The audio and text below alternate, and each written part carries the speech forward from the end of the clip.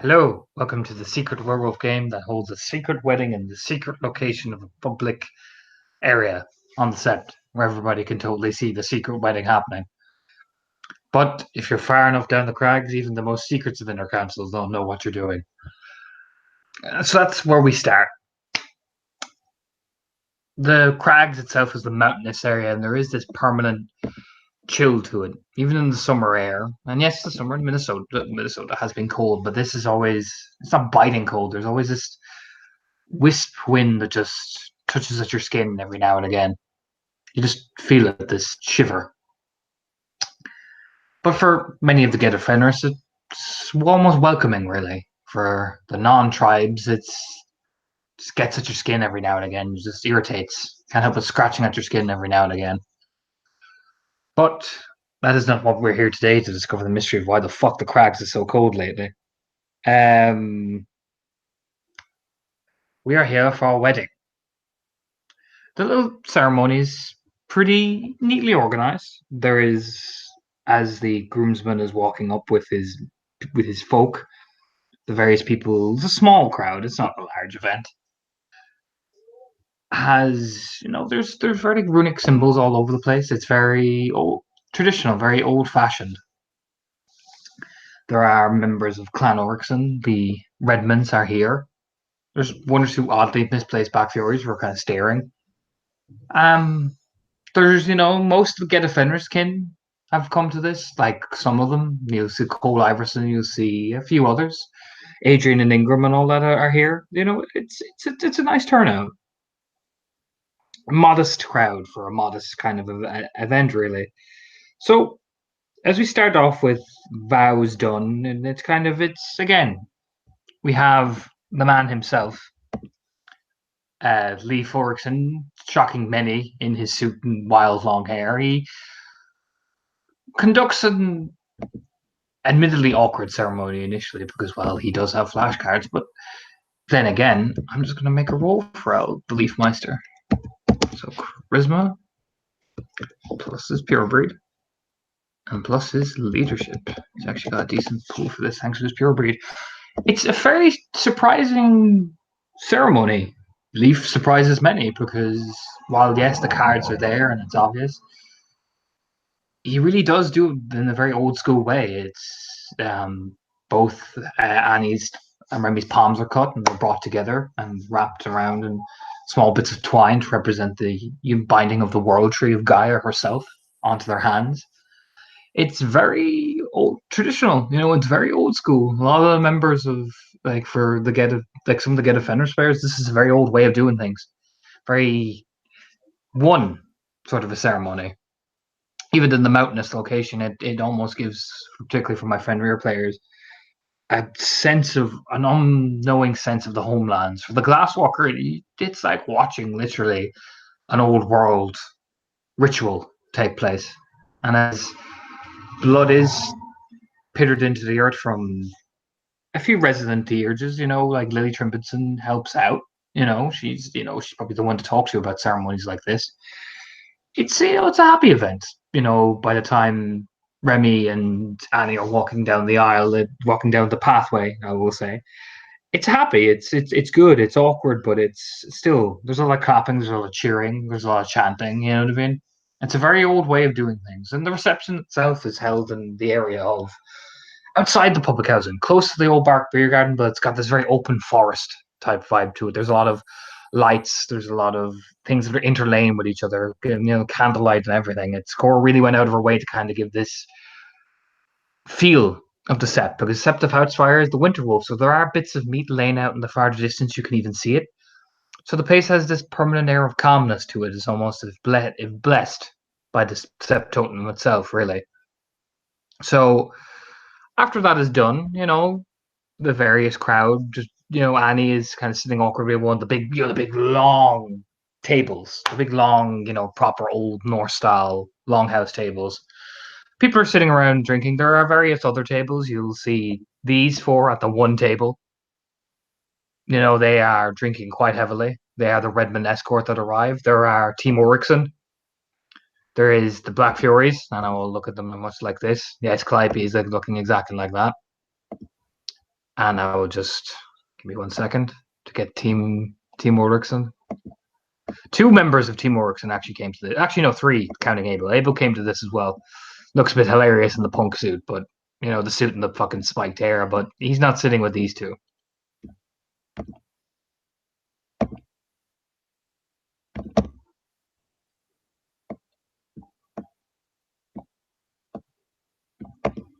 So these 2 are sitting at a table together. You know what I mean? Yes, Marcel Ulrichsen was a surprise to many turning up to this in a suit. Very properly combed hair and braided and everything in the old style and all that. It's a very gotta admit, it's fucking classy. His suit is fine, fitted as in, and Leaf looks well as well. But yes, I'll get a more festive picture. But so, what are we guys doing? Where are we starting with? Who are we starting with? What's happening?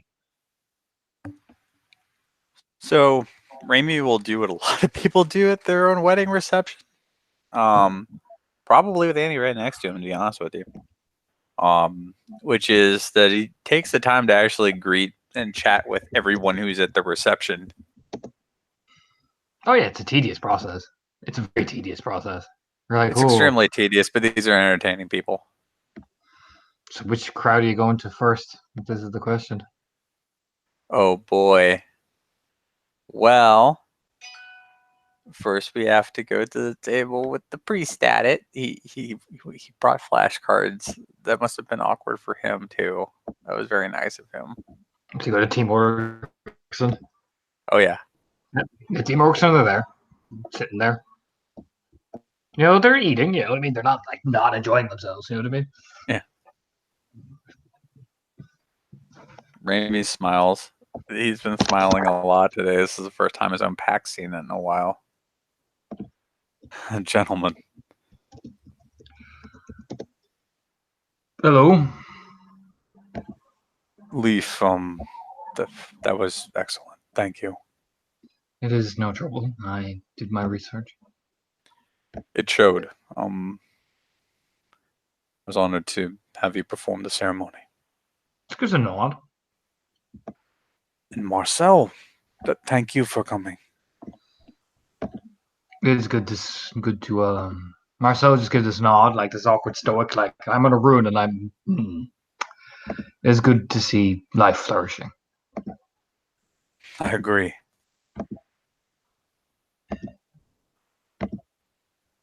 And he looks because Abel's not actually at this table, so he looks at him. Abel's off, probably chatting to a few people. To be honest, Abel's actually chatting up to the women that turned up here. Essentially, you can actually see him. I actually sees Abel as Abel's being Abel. Okay, you know what? Good. Not starting shit. Looks happy.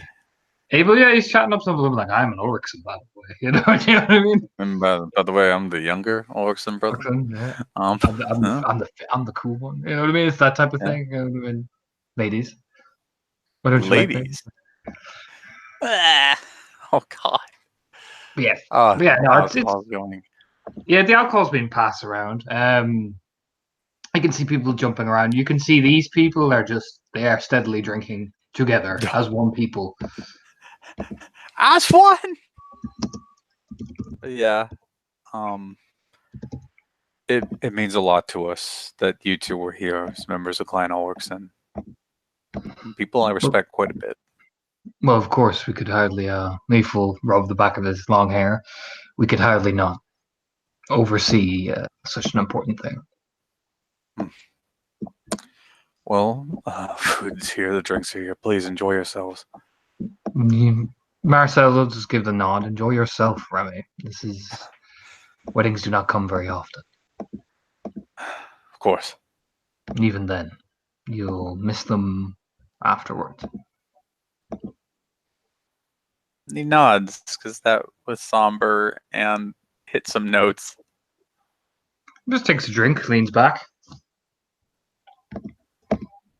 All right. Nearby are the Black Furies.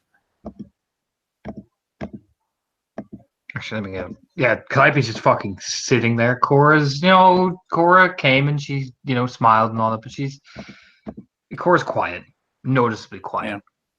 But Calliope's just staring, takes a sip of her whatever wine that was given, and just stares. She looks so He's awkwardly out of place. It's not even funny. just looking at like Annie during this, like what we're doing this. She gives you that kind of like, eh, you know what I mean? Not as you walk away. I'm a kinfolk. I'm a kinfolk and you're coming near Just Black Shores. Eh. cashing in those kinfolk chips. But he'll still approach. Oh, ladies, glad you could make it. Yeah, Cora just give a smile, like like an earnestly like that kind of like peachy, like I hope everything turned out Cora, all right. yeah, Cora, you did an excellent job. Seriously. Good.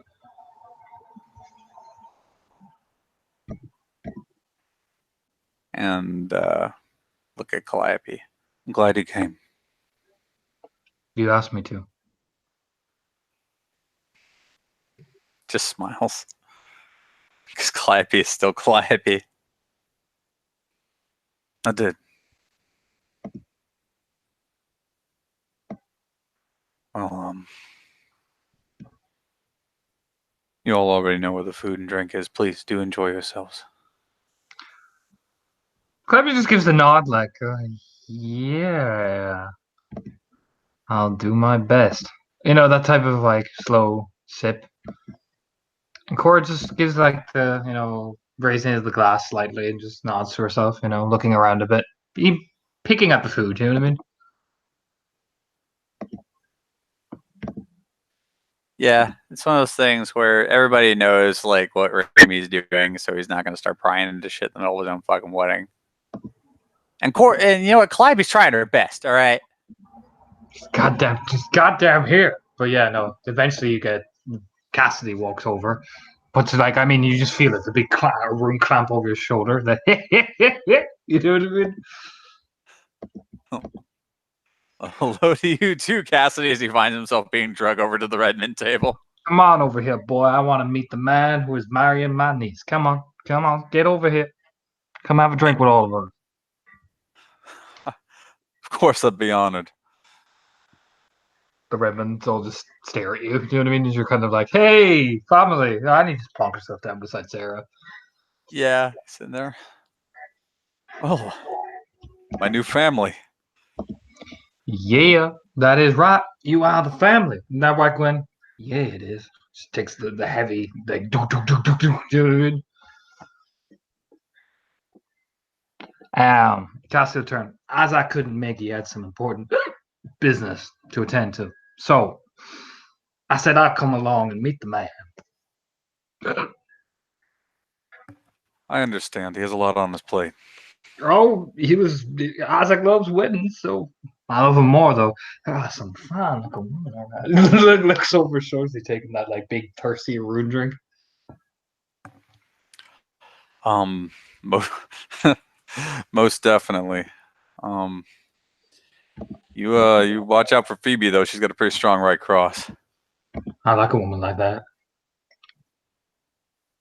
Remy just look. He actually kind of looks like he does in the picture. Like, oh, you don't know what you're fucking signing up for, but okay, Cass. Okay, buddy. But yeah, no, that like you hear like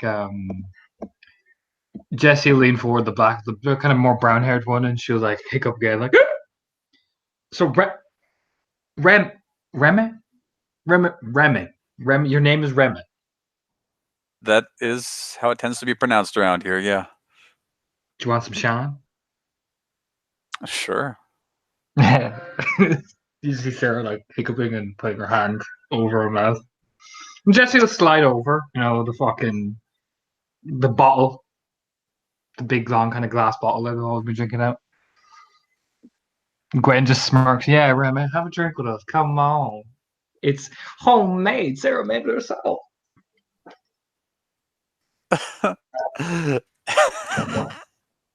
Remy will go for it. Only that stamina. They fade because it's awakened. Oh, fuck. Sarah made it. Sarah is a theurge. Okay, here we go. I'm at my own wedding. Even Annie goes, oh no. Oh Oh no. no. So, Ramjam, you take a long drink. I'm just gonna get the right theme music for this. I'm already queuing it up. I know what you're doing. So, in the back of your head, you start hearing the music, little guitar strings. And Remy, this is the drunkest you've ever. You took one hit of this thing and you feel it. You knocked back your fair couple of pints. You've knocked back everything. You look at your hands, and your hands start to wobble a bit from the shakes. You feel good. You know what? You know what I mean? Yeah, you're married. Look at it. That's Scarlett Johansson, Red. Mm-hmm. Whoop. He's hiccuping too now. And then you hear Gwen. You good, Rama? Yeah, okay. This is just drinks have been in a while. They all do the same, like hillbilly, like laugh as well. All of them, every single one of them, do that same exact hick laugh. Oh yeah. Sees one the Rem there, Cassidy starts slapping Remy. When he slaps you, it feels like your whole body ripples at the same time. Like you look around, and you just see Calliope like head slowly like spinning on like a 180-degree angle. Yeah, he stares at that like, Oh. fuck. To be fair, what surprises, I mean, if Charlotte's watching this, Annie is like, she is drinking with Jesse, you know what I mean? Like, she just knocks back herself, doesn't take drink what the Theurge is drinking, but that woman is no shy to whiskey drink.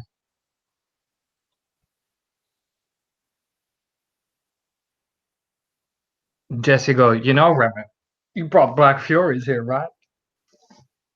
Yes, I did. Sarah will hiccup. You should, oh shit, what was I going to say? Cassie lean over. You should ask them, how much lesbians do they have? Because we've all I heard know the that story. number. Nah, You I know do? that for a fact. Yeah, I know that for a fact. Okay, our Timmy's married to like a man. He's a nice guy, and Cora looking for a fella. So it's not them. Calliope's at that age when Aruns have one thing on their mind: homicide. That's about it. I don't know what Forgotten Earth gets up to. That's not my business. But there's a gal here named Neri, and she is 150% about being a lesbian. And I'm pretty sure that she knows all the other lesbians. But among the Black Furies, she's the only, like, straight up we all know about it, lesbian. Annually, for she even has a lesbian license. Yeah, she took like a stencil or something. I'm pretty sure some of the cards are like laminated. All right, seating chart: Redmonds and Remy and Annie at one table. Team Ulrichsen at second table. Team Black Fury third table. Team Awkward Trimbenson, other families at fourth table, and other tribes at the fifth table. That's how it's been set up essentially. So Charlotte, you're at the other tribe table, kind of awkwardly sitting there, like I'm another tribe. Do you know what I mean? But don't worry, Marie's there with you as well. She's like, I like what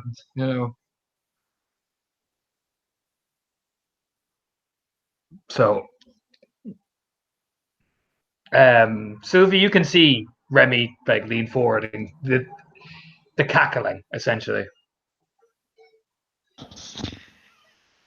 This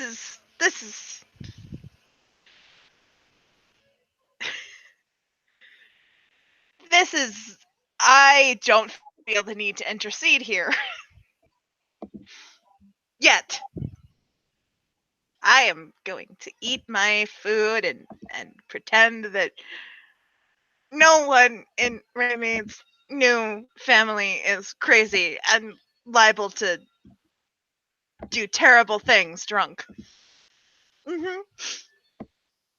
Cassie leaned forward to Remy. Hey Remy, which one of the Trimisons can fight? You're one of them. Let's Oh, see. no. Well, you just want one because they're all pretty good at it. No, just one. One. I would say, as far as Trimbutions go, that I've like met personally and like seen do it. There's this ragabash named Lena Trimbution. She's a den mother. She just knocked motherfuckers out. Oh. She at the wedding? No, I don't see her. Okay. Actually, wait. Oh. He gives a smile. I'll work on that. Gwen nods. Yeah, Cassidy, you gonna knock her the fuck out, ain't he, Remy? Just for sure, she doesn't fuck around. She like follows fucking Eagle, dude. Like her house is covered in skulls.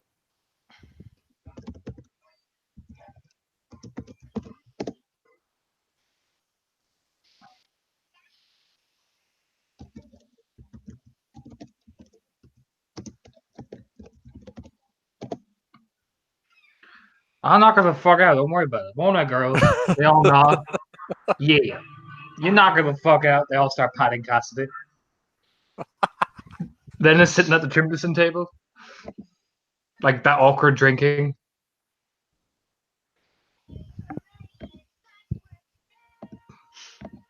Because all she sees is just the hick laughing, and the hick language. Like, I'm not gonna fuck out. He takes another heavy drink.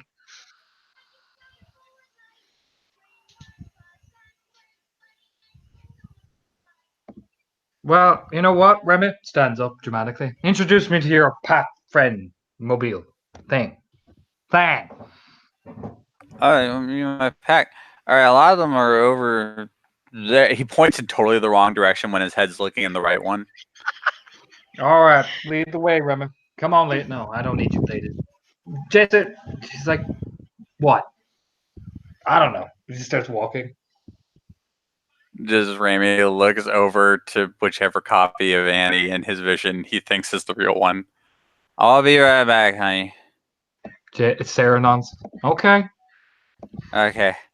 And he wobbles over to where poor like Sylvie and Charlotte are. Oh, jeez. You are going to the Trimberson fucking table. Sylvie's there. So, like, he walks Cassidy, well, Remy and Cassidy wobble their way over, dramatically. That you can almost hear the banjo music playing as they walk over. Cassidy puts his arms around Remy, walks right up to Sylvie. Hello there.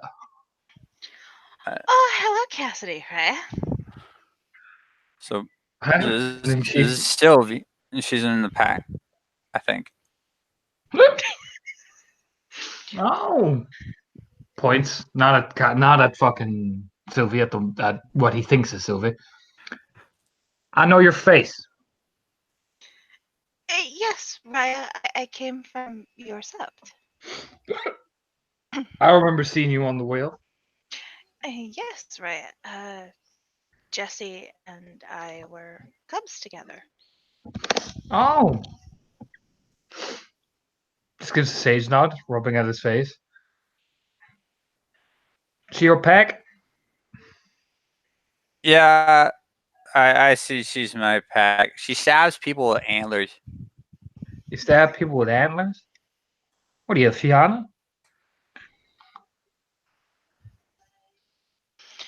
No, just a very untraditional weapon I Well, have. all right. Well, Yeah, it's metal. It's because it's bone. he gives a thumbs up. A bone. I like it. Your bones, man. Cool. I'm going to give you the Redmond welcome then. Sylvia, something or other. Iverson, Raya. Yeah, butcher. There's a, like, part of her was expecting this. The other part of her was hoping it wouldn't happen, and she stumbles back. Now, you may want to hit me back, but it's part of the Redmond welcome. You don't hit the people doing the head button, otherwise they'll be just killing each other. There's a rule of methodology to this. Tell her, Remy. Yeah, technically both your heads are colliding anyway, so there's no point in hitting back somebody who just hit himself on you. Yes, I'm sure that's the case. You Raya. can hear the laughing from the Redmond. You fucking did it! You're pointing. So Willem should be somewhere around here. He's still trying out, but he's good people. Like he's on his way in. Grabs Remy by the cheeks. Remy, I gotta meet every single one of your pack and give them the same greeting. It's tradition. Fuck. I have no idea where Melanti and McDuncan are, but there's Charlotte. Charlotte said she like knows you guys. I don't know who that is. All I see is a tiny blonde lady. So let's maybe just go over there. All right. I mean, she should be pretty recognizable. She's got this fucking huge scar on her face.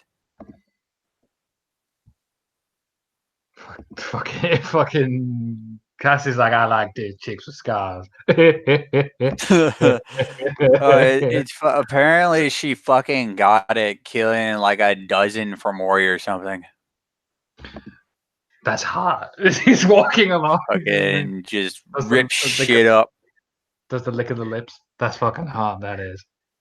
I like that. Yeah, no, she's fucking harder than a coffin nail, even though she's like polite to everybody. So Charlotte, you and Maria have been sitting there, like old women going, I feel so haggard. We have got in-jokes. Keep us sane here at the miscellaneous table. These are your two buddies at the miscellaneous table. Oh God, yes. Haley's here too. Thank fuck. Haley's in a suit. It's patchy. Oh, I love it. Maria's like, leans over. They all keep staring at everybody. Oh, at least it's equal opportunity staring. She's like sipping out of whatever the hell's been passed around, wine, mead, who knows.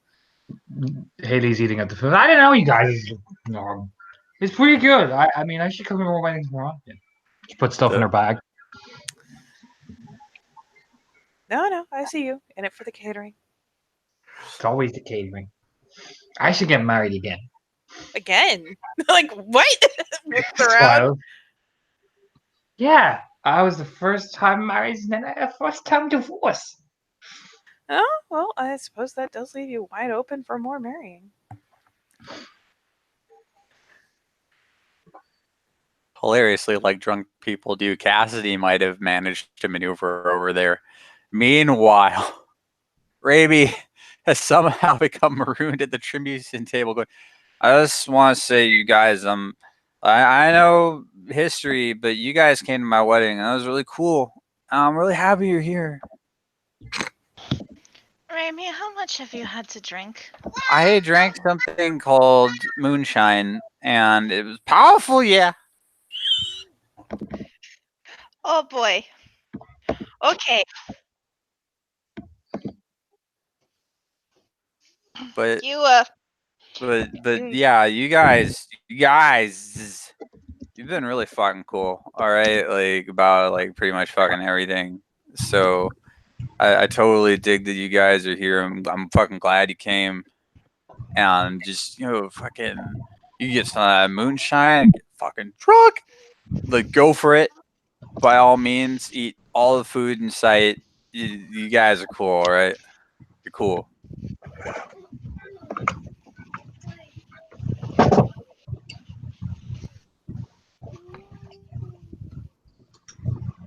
So are we all just going to be shocked into silence, or are we going to say, why thank you, Remy, we will eat and drink to satiation, and perhaps we shall drink and eat so much that we shall purge and do it again, as if we were Romans. Wait a minute, Wilhelm, do you do actually say that to the Trimbinsons? No, I say that to Remy. Oh, I was like, oh, I was about to say. No, I wouldn't say that to them. Wilhelm, there I'm an you ally, are, dude. buddy. Shit.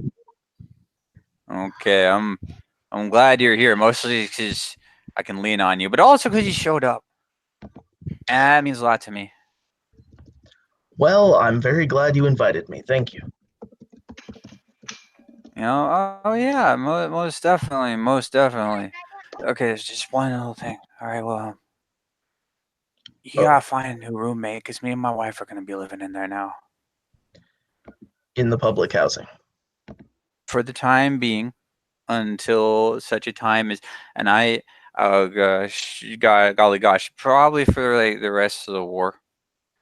And then the idea is that I gotta talk to like the keeper of the land, who knows how many other people, because I wanna build like a little house here, or say safe, and like that's the idea anyway. Not that I know shit about building houses, but there's a lot of permissions you gotta get before you just build a house. And but that's like the future. We gotta win the war first. Right, right. But there's also the future, and just the idea of talking to some folks, like if I do get the blessing to do it, maybe talking to like Alexios and Cole, and helping them build it too, so I can say that at least part of it was constructed with my hands, and I'll have like a story to tell my kids. I'll build I them mean, houses. are you going to have it blessed? Look, I'm not a theurge, but there's more to do with it than that, because you don't want to like make like a building where something important spiritually was and dick it all up. That's why you got to talk to keeper of the land. And also, there's the whole matter of the literal keeping of the land. You can't just Well, right. spring up surprise houses on people. We can't live in a world of chaos and surprise houses. Hey, if we can't keep the world in balance, who can?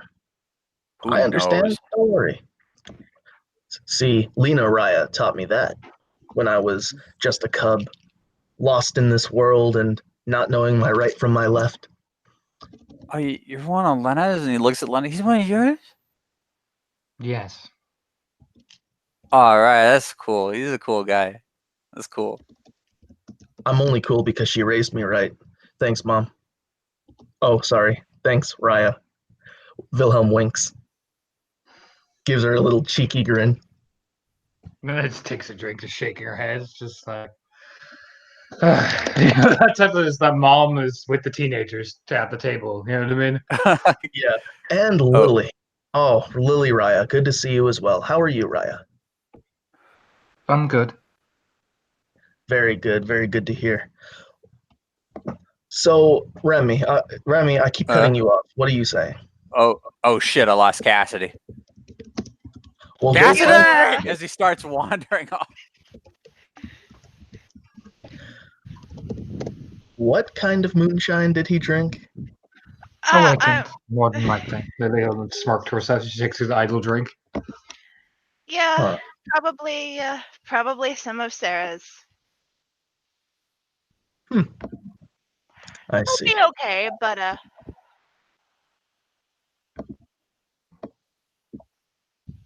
Just one last little run. Stay cool, guys. I love you, Cassidy. But yeah, no, at the Trimberton table with Sylvia and Wilhelm, these two are there, and these two.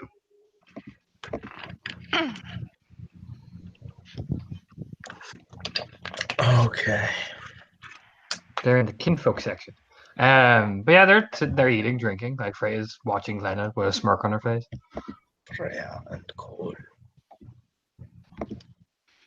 yeah, Sylvia will probably go sit down over next to Cole.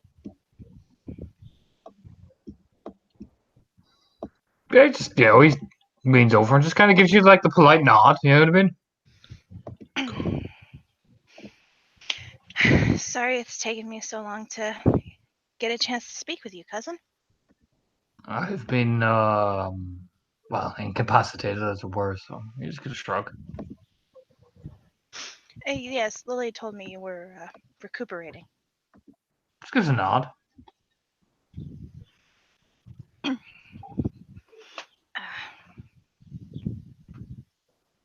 Freya notices him. Freya notices him incapacitated. She takes a drink. You know what I mean? That slow sip.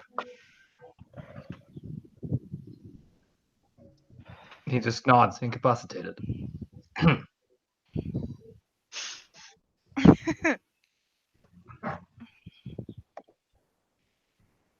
Well, Well, I'm glad you were able to make it out today.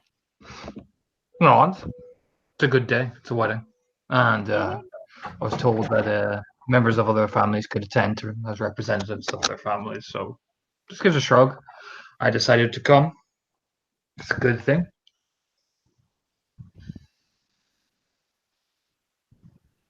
Have you enjoyed your time here?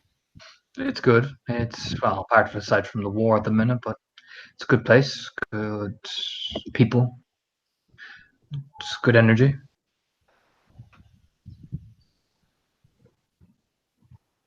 A lot of fire, so there's a lot of fun.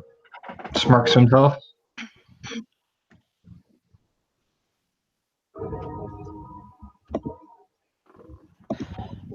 Oh, you seem quite at home here. It was better than Wolfmore.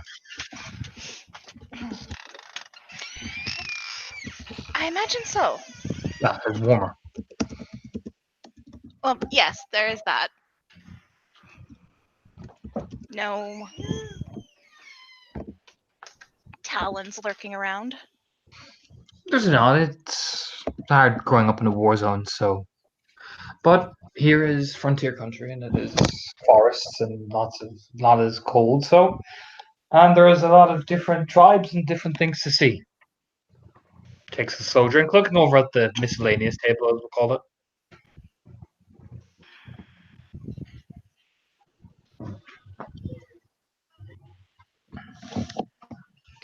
Yes.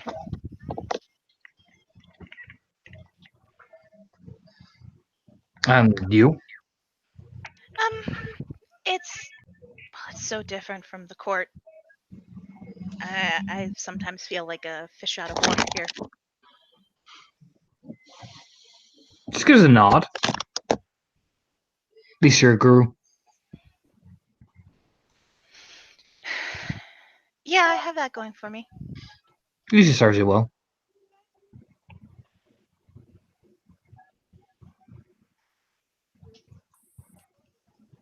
You know, and Pack's nice. Look out for me. I heard Charlotte, and I know Charlotte. She's a good person. Very kind.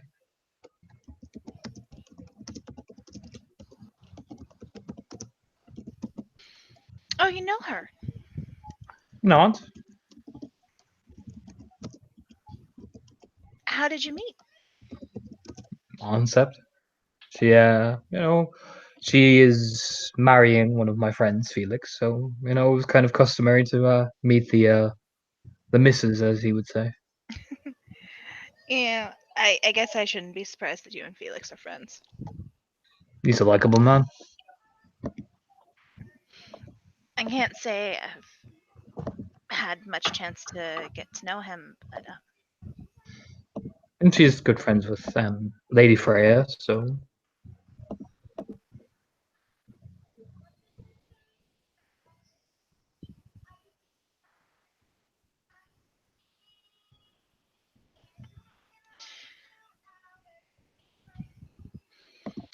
and is there anyone else you're close with? a few people. Yeah, my Mohathma was part of the work that I do, helping other tribes, wood building, and when the keeper of the land gives us permission, I would normally have to work with her. So the Fianna are very kind.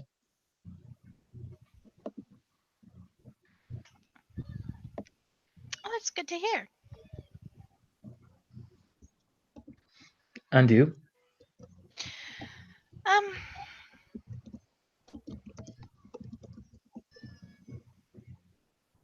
well, I can't say I've made too many friends outside my pack, and honestly, I think Raimi is probably my closest friend, and that's the irony of that is not lost on me.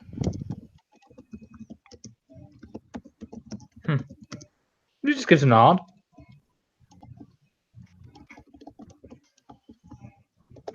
I suppose you grew have the ease of socializing with the other families, so It's not always easy. I've Just gives a made an shrug. ass of myself more than once. You know, overthinking things, trying to be polite, and a good face and representation of our family is.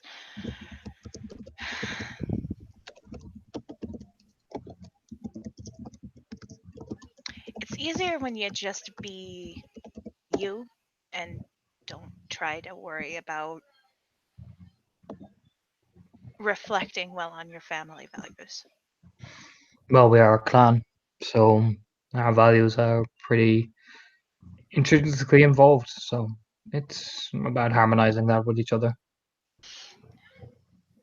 I would agree. Just smirks. But then why are you worrying about it?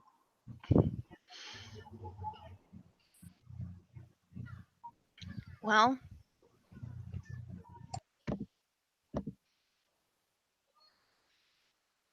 I'm used to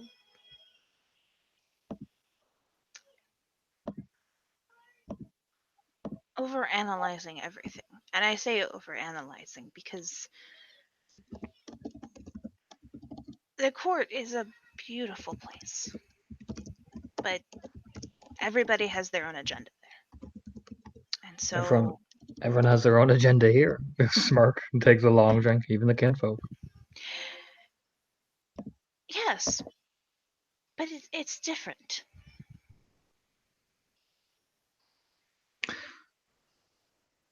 I'll take your word for it. Take a smile.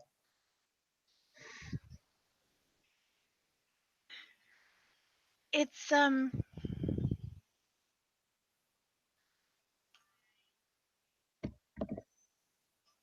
I want to put it?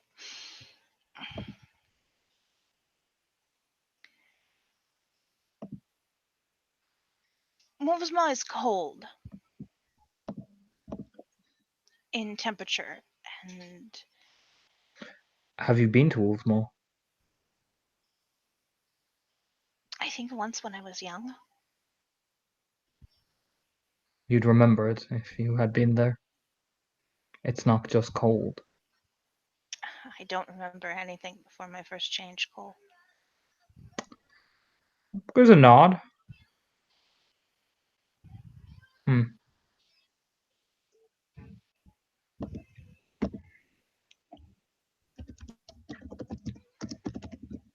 I'm sure I had to have gone. I just don't remember it. Well, that is unfortunate. It made adjusting to being a guru a little easier. And Has it? it did in the early days. Just with a nod. I didn't have to let go of my attachments. They were already gone.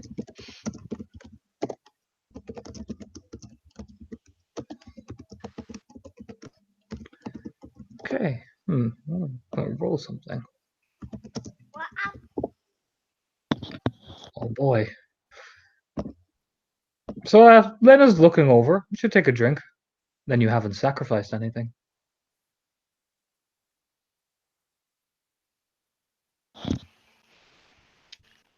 I suppose you could say, no, I haven't personally sacrificed anything.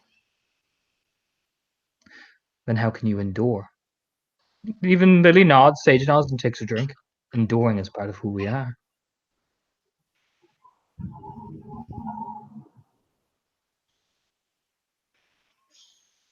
This being here, I think this is my first test of endurance.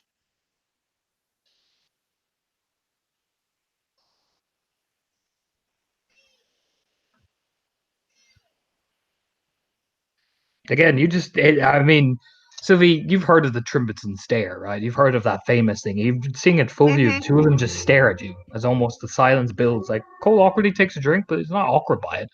Freya, the other Trimberton kinfolk, she like does it. She just fucking stares. It's like a trait. They just fucking stare at you, and it's like, oh, so this is the real thing. Jesus.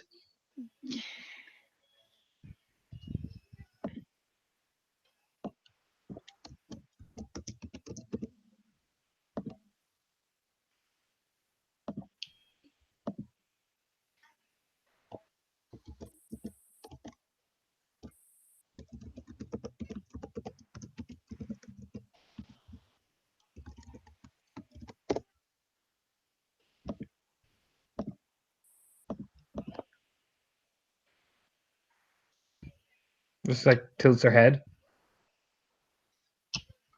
Like I mean, the Jimson's just watching. And just Lena lifts up her glass and takes a drink. And what have you sacrificed for the sept so far?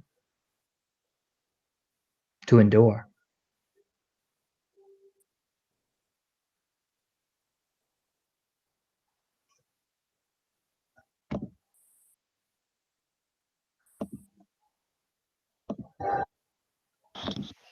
I honestly can't say I've sacrificed anything.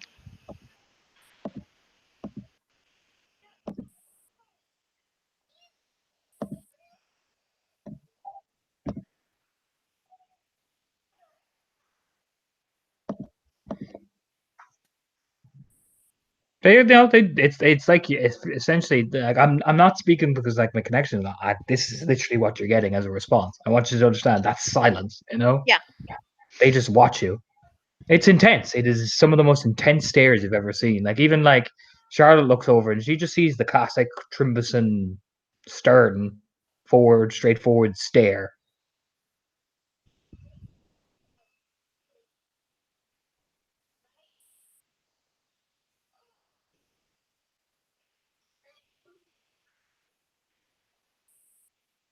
And then you take a drink. You represent our family. All of you Yes, do. I do. So go out there and take the sacrifices and endure. They point over to Charlotte. She has scars. She has endured. And she is marrying into one of us. That is a glasswalker. Will you let that be better than you are? No, Raya. Lily gives a nod. Lena just stares.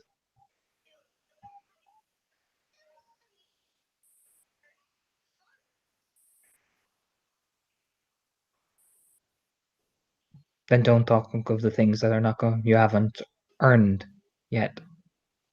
Otherwise, it will not be just a stare we give. It will be a lesson.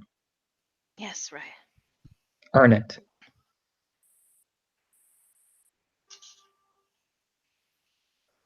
Now drink and celebrate, and then get out there and bloody yourself.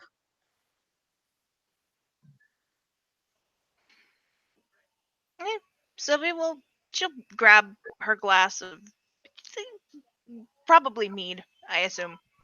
Oh yeah, I mean, again, the term like they all drink and they all resume, and this is the thing. They're not. It's not like they're openly hostile. It's just Jesus Christ. Sylvie's heard the stories about the Shrimptons anyway. She knows how fucking intense they are. They just hard people. Even the kinfolk Freya looks over. She has half her face covered, by the way. That's always a noticeable thing. Like hair covers her like side of her face, and she takes a drink as well.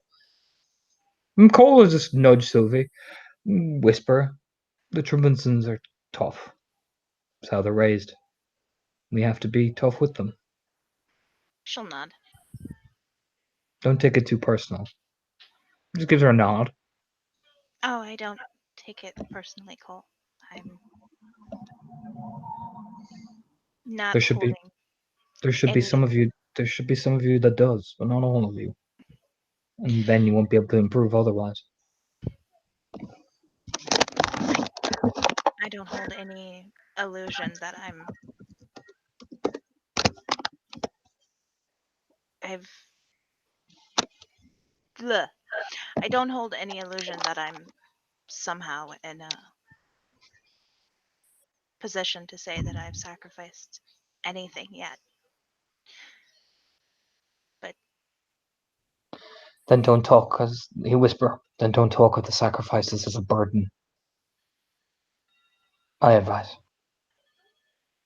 They don't see it as that.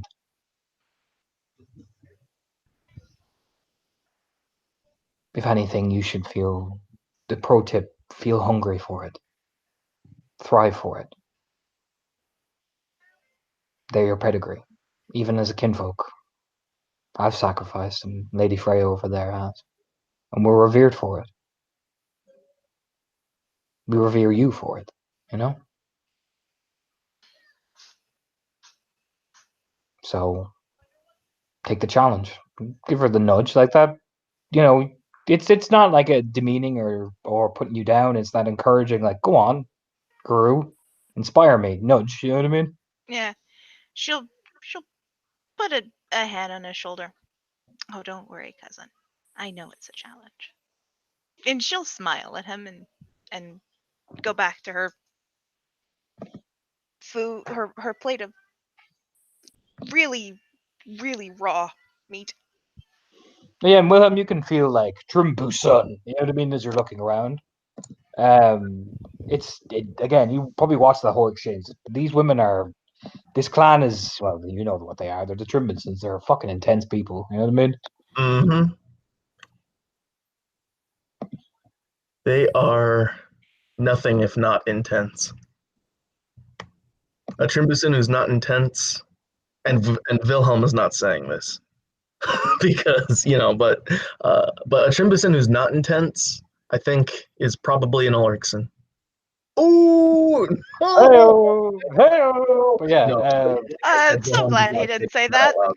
oh Jesus, So glad he didn't say that out loud. loud. He doesn't That want to would- get killed. Shit. Think But it yeah. quietly to yourself.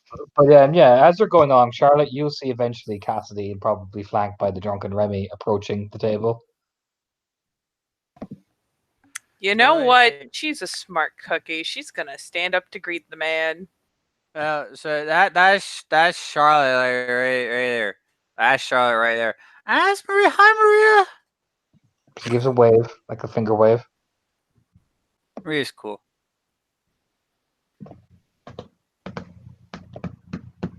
Who else is at the other table? Haley, stuffing her face. Haley. Oh, hi, Remy. That's all. That's Haley. basically what you hear. I don't know. I don't get Haley because I can't do Haley's voice on these women. Oh, hi, Remy. You know what I mean? Buddy, glad you can make it. No, Sage nods. It's just like it's literally, even part of you even feels sick watching her eat because she's just literally, it's like she's making Yeah. love to it. It's so fucking terrible, but this is a wedding, so it's okay. Haley and Lindsay, have you seen Abel? Because I've seen Abel. He's over there trying to get in the Nielsen girls' panties. He's giving it a shot. I just, No. I mean that dude. All right, like I've got. I mean, I hang out with you guys a lot. That dude is a smooth talker. Nods. You got it yet. Explain it. She belches. A big, large, unladylike belch. So does Ramy. It's horrible to be around them. Don't worry, Remy. Go fuck your wife. I'll be over here with the car beverages. I'm glad that I you're the fucking best, Pat. Like she just Dude, what? slams her head into the fucking plate eating. Oh shit! Oh, I patted you too hard. And then Cassie's like, "You, Charlotte," just like rubs your face. Just reaches out and rubs her face. Yeah, he does. Rub to the right side, like me. It's just that she stood up, she offered a handout, and he just went right for the face. And God, what rank is Cassidy? She's a foster. She give the handout, the little pat, like, hey now, like the don't touch the good pat. Sorry, my depth perception is Little it's lacking everywhere. at the moment. Nah, it's everywhere. Don't worry about it. Anyway, I need to give you a greeting as part of the Redmond tradition. Now I apologize, and I emphasize the apology with my emphasis of my said apology. Oh, don't apologize. It's okay. What I'm gonna do, Charlotte, I can't see. Over here, buddy. There you go, big guy. Like reach out, takes the shoulders, kind of twist around. There you go. Now we're facing each other. Yeah. He tries to headbutt, but his head just doesn't. He can't get the volume forward. He just ends up going just lolling his head forward.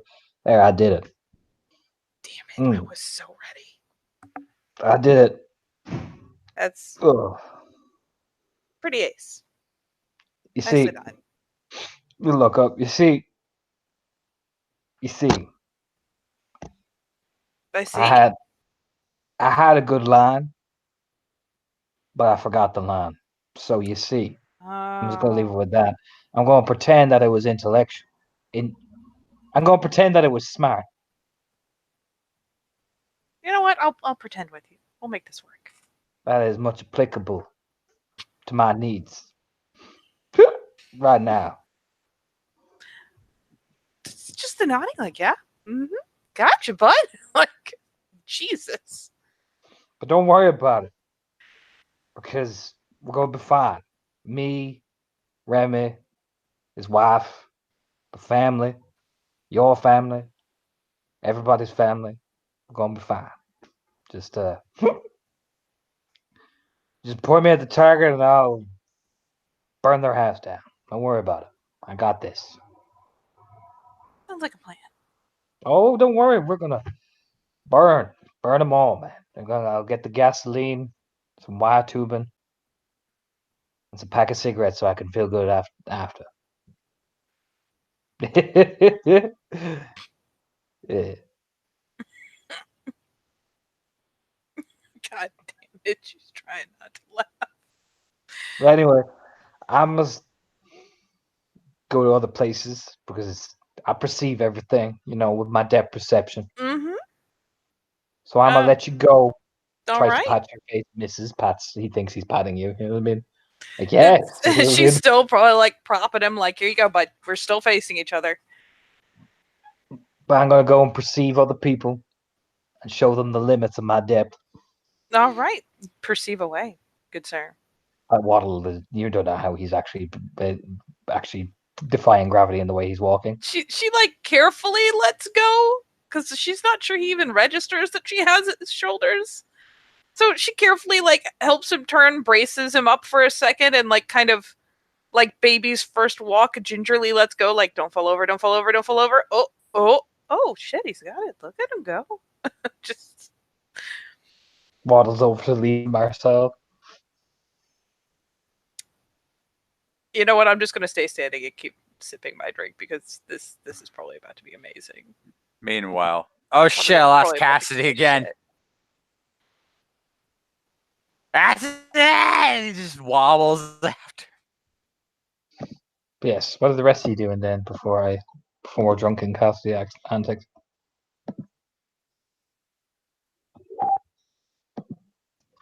All Wilhelm is doing is standing around and drinking a beer, man. Simple shit.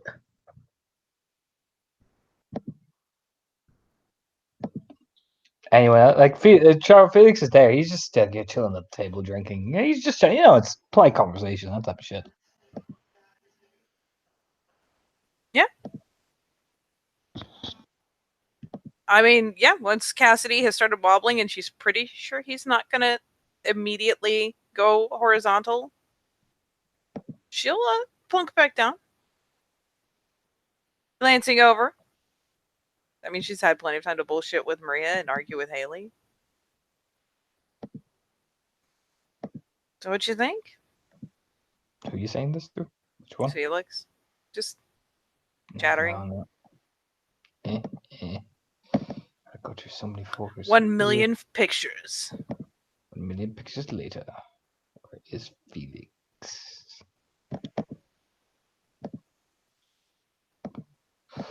Yeah, I mean, it's a wedding. I know. It's nice, quiet, pretty easy going.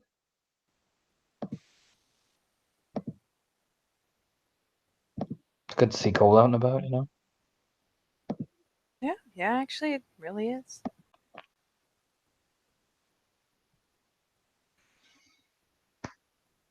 I think we're doing like music in a few, so you know, gotta stick around until that's over, and then well, You guys are playing? it's only me and Leaf technically. Yeah, I think There's- Cole will do stuff, but yeah. Soft nod.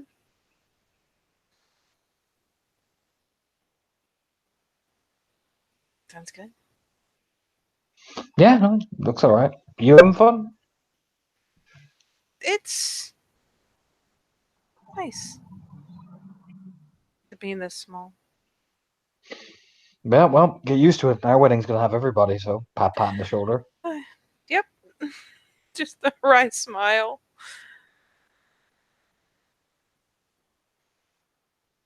No, definitely, comparatively, very nice. Oh, Jesus Christ, Ramy. She's just But yeah, watching him wobble. go out and enjoy yourself. Go on, I'll be here. Go be sociable. Go on, shoot. Oh, wow. Hmm. Mind if I I do? gotta go get ready anyway. Like, you know, you can see him. He's nodding at Leaf, and Leaf's getting up. You know what I mean? It's that type of thing. Go on. I will Oh, see you. I will see you in a few. Go on. I'm a going. Oh, Go, wife. You know, as he stands Ah! up dramatically. just, yep.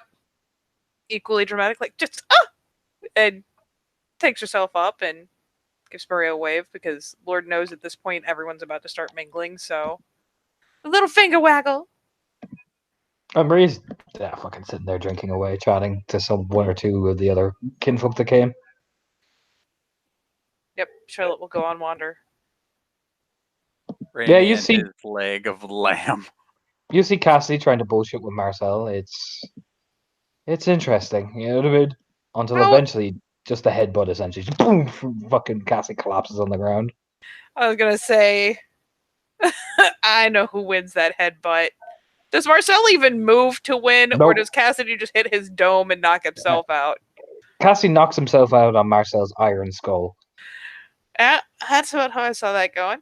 Like, just Oh. the dunk. Oh shit, Cassie's down. Cassie, quick.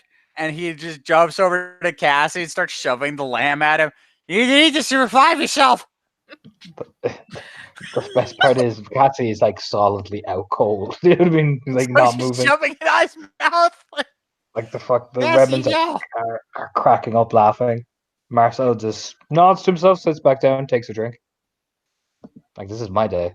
If only I had a 10 out of 10 side hold up for Marcel. Oh my god. Again, Marcel just seems awkward, you know. Like he sits, like Leaf sits and chats to him, but he's mainly sits at home.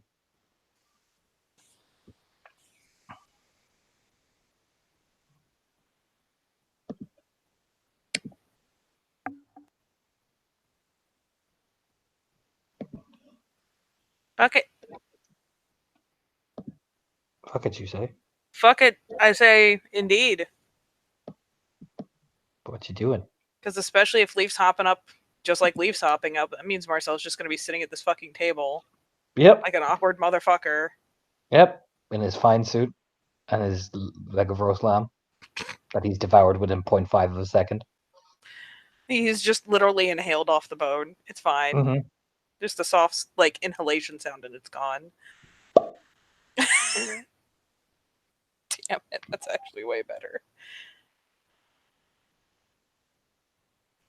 Yeah, fuck it. She'll go plunk down, or at least wander by Marcel, because kind of seems like a shame for him to be sitting just fucking by himself in a compulsory, like, well, can't leave yet. Ha ha. Fuck. At least the food is free. Do you know what I mean? As he's eating. But yeah, no, he's just sitting there. He's probably, you know, you can see one or two beer bottles are empty beside him. You know what I mean? He's not like not drank. Yeah, what's are the Redmonds even retrieving Cassidy? And they're like, he'll wake up No. eventually. It's fine. But Gwen is like, oh, look, it's Cassidy, the knockout. They all just start cackling. We'll carefully step over Cassidy. Sarah falls off her chair laughing to bed. Like, you know what I mean? God damn it. Yeah, she'll carefully step over Cassidy. And Raimi. I'll just step over. Oh, there's a leg. Yep, got it.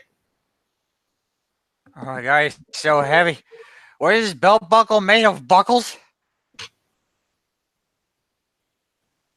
We'll at least briefly kind of like plunk down on one of the chairs across from where Marcel is. Like at least initially, like thumps down, like just looking over and watching Raimi drunk struggle with an unconscious body. Like that's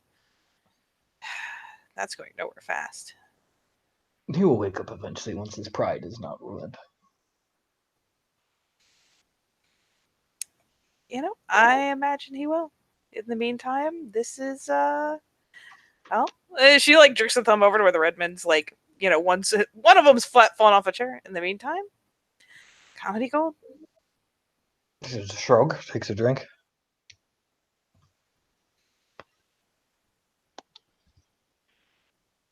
Weddings are usually a time of celebration, yeah.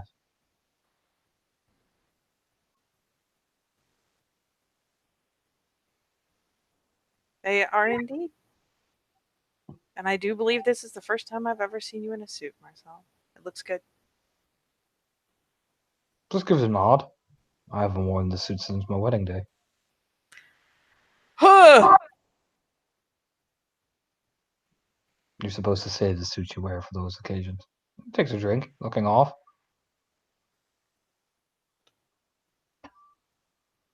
Jesus Christ.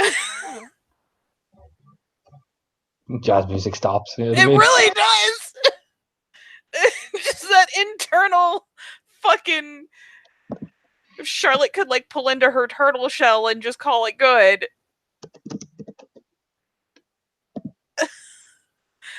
There's just that, oh, awesome! Yep, wedding! Great subject. Oh, God. Again, he doesn't seem awkward about it. He just stares off.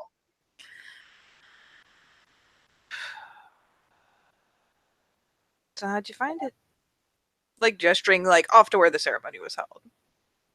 It was a good ceremony. Traditional. I was very reminiscent.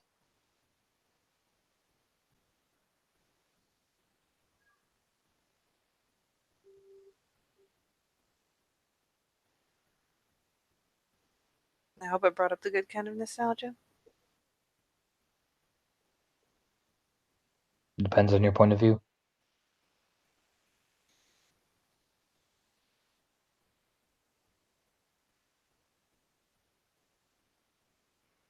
No, the only one I'm really interested in is yours. Like I said, it depends on your point of view of what is good and what is bad.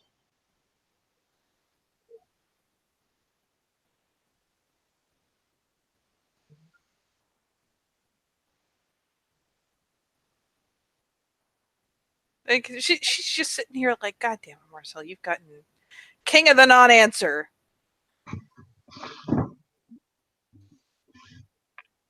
There's even that little glance over, like just appreciatively, like, Jesus, he's gotten good at this. I hope the young man is happy. They look happy.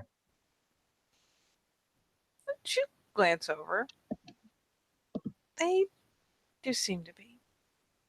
It is good for us to have that. It can be difficult during our transition to the higher ranks. It is good to see that is afforded.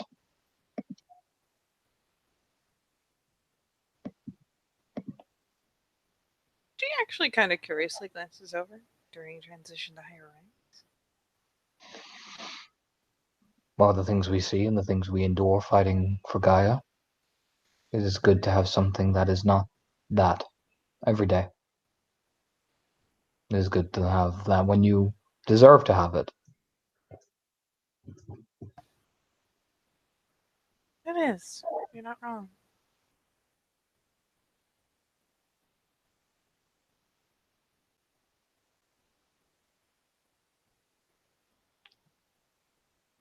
And actually, glancing among the kinfolk there, did he bring his +1? Nope. No, he did not.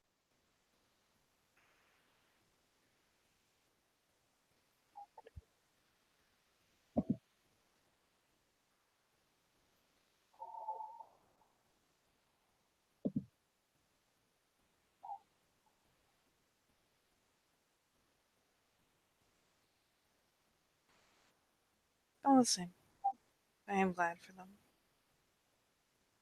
They seem to get on really well, considering how briefly they had to meet before all this happened. In the early stages, you do what you think is right for each other.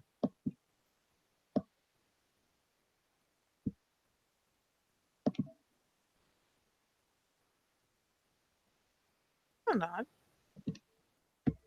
Especially considering the arrangements. You don't know who each other are, and there is the awkward at first step, so it is a tentative process.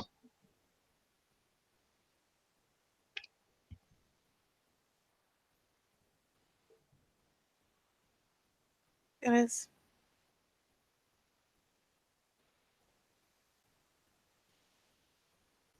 I'm relieved to see them taking to it. There's a lot of smiling at this wedding. I'll glance back again to where the Redmonds are and Annie getting fucking drunk and laughing with her folks. There always is at weddings.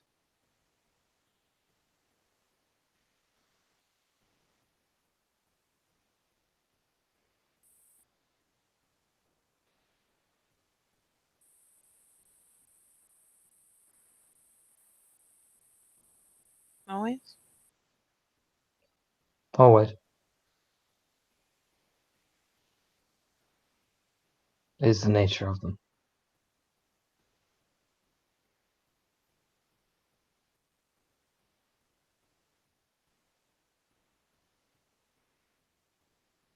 She finally takes a thoughtful nod to it because it occurs to her that all of her real life exposure, prior exposure to things like just people being shitty people.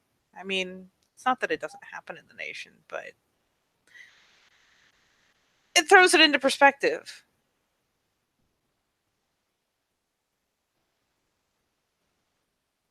I'm not gonna lie, she probably takes a moment since the drink is still looking around.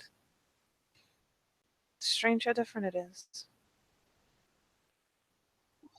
Not bad.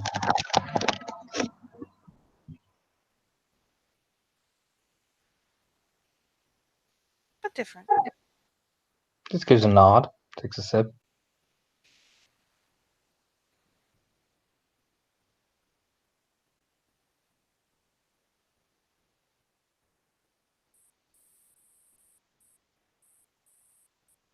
And seeing as I took the liberty to invite myself to your table, Marcel.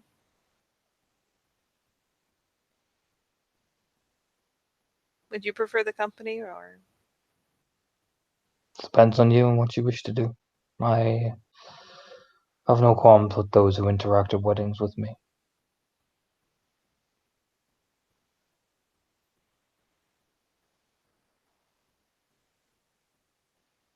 Well then. I'm grateful. Not too often we get time to. And what is your motive behind sitting with me at this wedding of your packmate?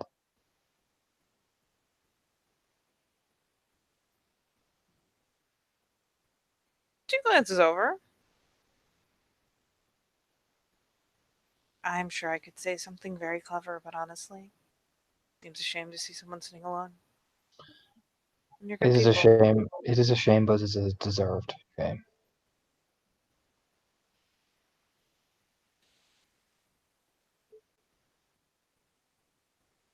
You're better people than I once gave you credit for, so.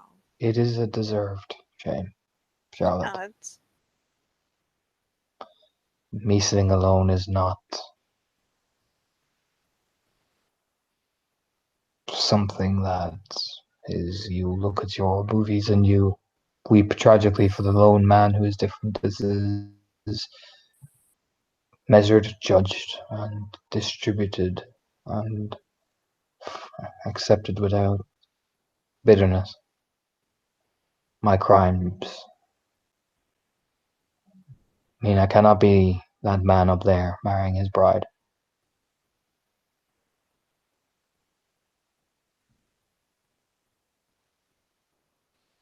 But I will pay for that.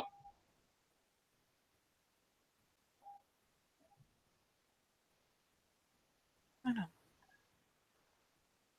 So do not mistake this for me looking to have others share that my pain is my guilt. It's not something to be shared, it is something to be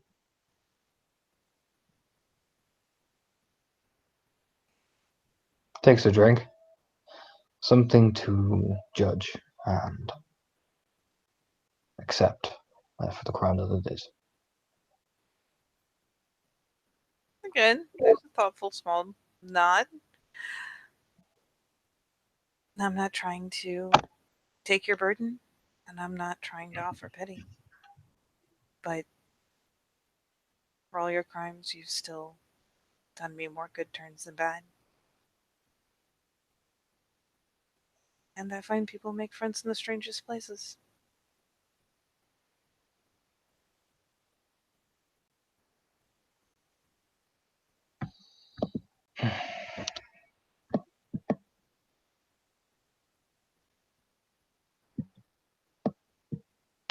I suppose I'm here because I will not be at your wedding.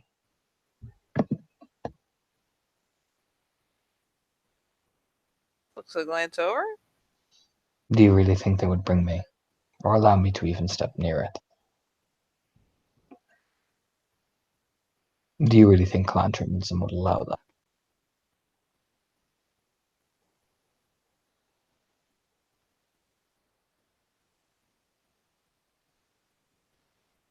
Are you really going to tell them to allow that?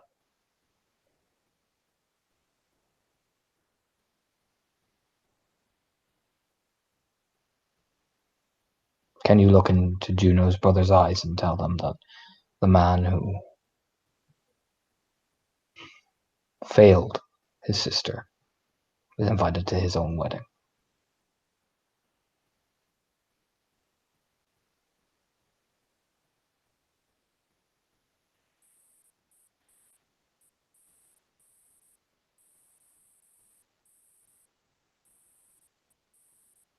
Yeah, she initially has the familiar kind of stubborn look about her. It's just how she does, and it frustrates her to no end.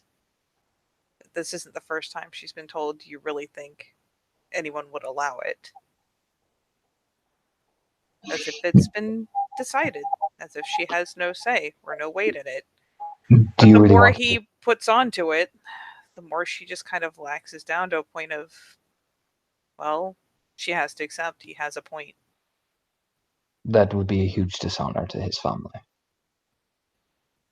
I'm sure that's not something you would want to do for the sake of whatever your intentions are.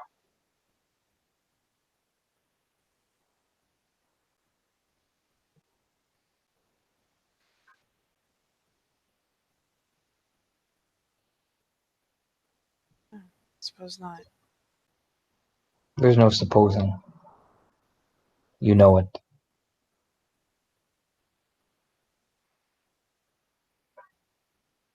You know, it's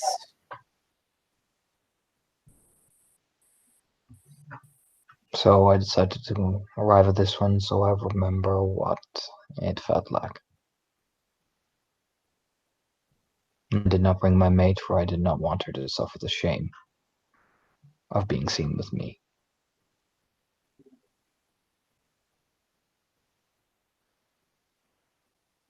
On a day which is meant to be happiness, I did not wish gossip and falsehoods to be the main topic of conversation.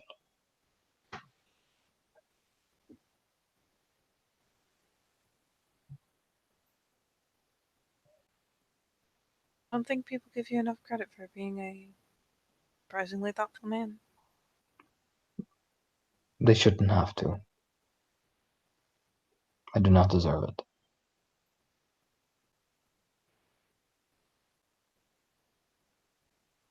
Just stand up.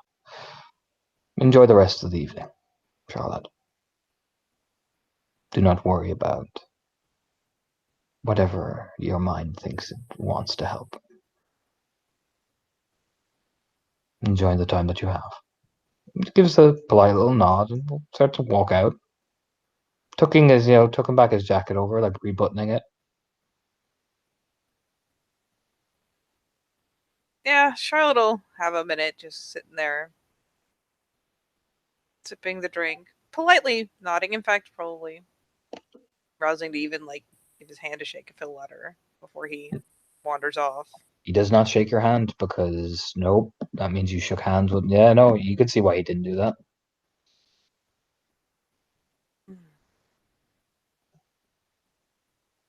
Nope. She'll just stay sitting then for drink and let him do just that. Let him get a bit of a distance and rouse up to much the same. Just mingle. Yes, I will. So it is for the gang in attendance. You eventually get Cassidy awake, and he's like, "Holy God, I got hit by the fist of a volcano." You know what I mean? Starts drinking again once he sobers up after shifting. Immediately starts drinking again. What you're going to see is, getting up.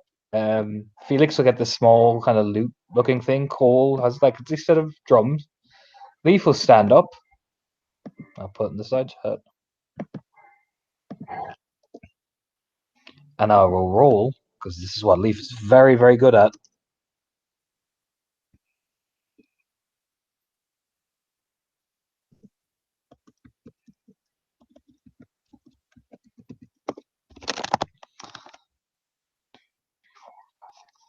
So that is 8 successes. That thing is. That is Old Norse. So that's basically what happens then.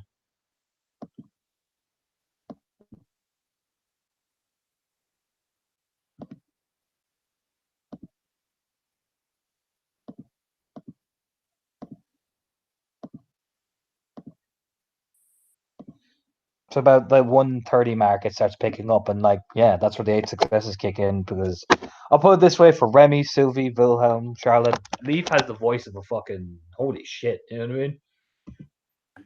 Yeah, everything else is stopping for this.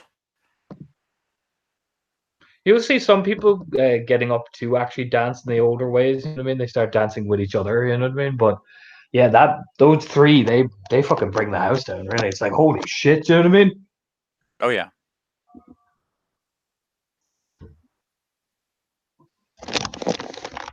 If for anyone watching, Freya Trimminson gets up and leaves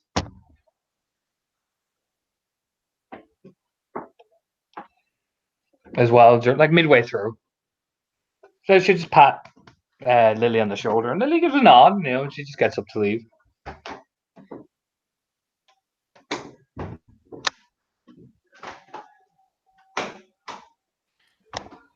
So how's everybody reacting? What's everyone doing during the this kind of? It'll turn into more like Viking music as well. But so what's everybody doing?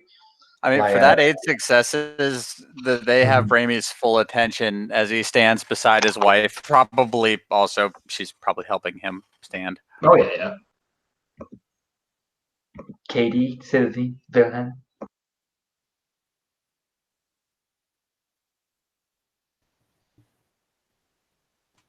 Well, I imagine all they get are dancing, but these are not dances that Charlotte knows. And her dance partner's up on the stage. So, truth be told, she may end up like leaning back over by the Furies, or how's Maria?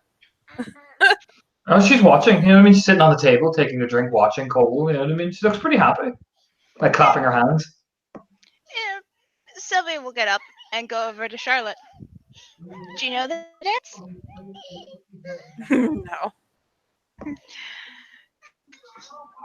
Well, come on. Now's a good time to learn. Kind of a skeptical glance. Faint smile. Torna, how complicated does this look?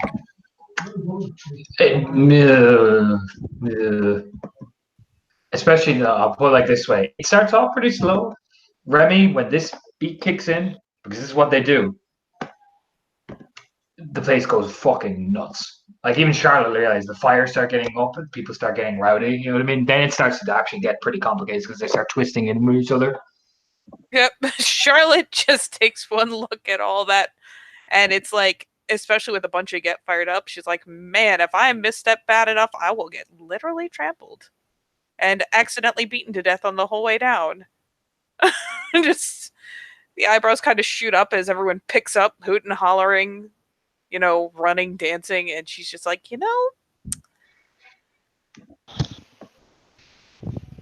I choose life in this moment. Not to offend, but she like nods over to, all the kin, all the guru, this fucking fierce dancing. It is like, Yeah, I can see some of the Carlos that turned up as well, like the IoT and all that. They've been sitting around. They go fucking mental. They go fucking mental. Like particularly this lady, like she gets up on top of the tables and starts like pumping her hands and everything. oh, Jesus. The Redmonds lose their shit. Like, yeah, no, everyone starts to really, like you can hear the like Remy. I'll put it this way, Remy. Annie starts dancing with you that way. You'd like this just feels like a fire. You know what I mean? Just boom, boom. You know what I mean? With as drunk as she is, it's a good thing Annie's there to protect him from himself. Oh, Jesus. But, don't let me stop you. Go have fun. Well, Adrian, oh yeah, Adrian is fully naked by this point as well. All on tattoos, just flying around the place. Yeah. wait, what? Adrian Eagleson is completely nude. Oh boy! There looks Annie to would be... just hit me in the face. Oh no! There is clearly plenty of fun to be had. No, go on. Like literally turns her around and gives her the little nudge. Go on. Go have fun. Well, if you're sure, Raya, there's plenty of time to learn before your wedding. You should smile. And yeah, probably get out into the group and Let's see how drunk Lena gets.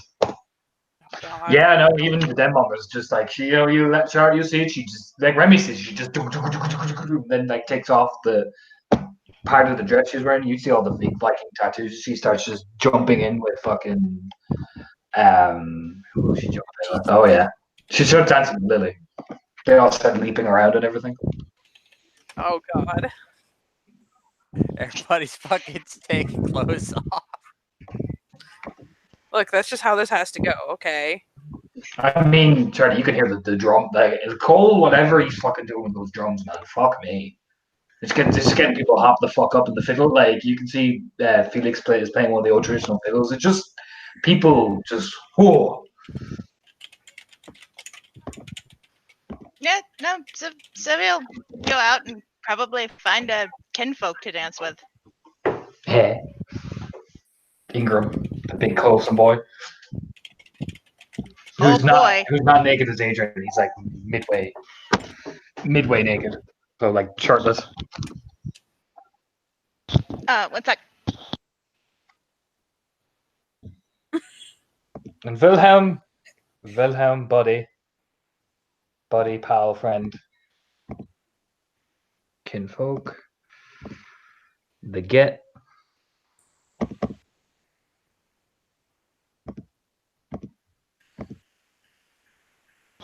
Okay, I'm back. What was that, Tony? And for Wilhelm, well, Wilhelm gets pulled onto the dance floor by these two ladies. Oh no. Danger. And Charlotte roll me an alertness. Oh boy. Remy will see this as well as he's dancing. I will roll you so much alertness. Give me 1 second to make sure I remember my pool right.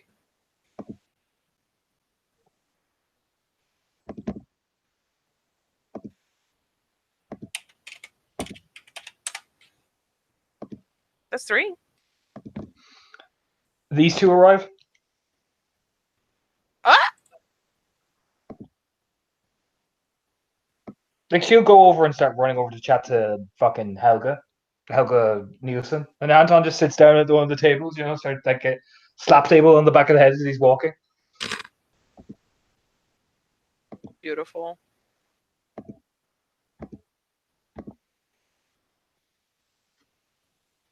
How are the two Furies doing while all the Get are going completely fucking ballistic?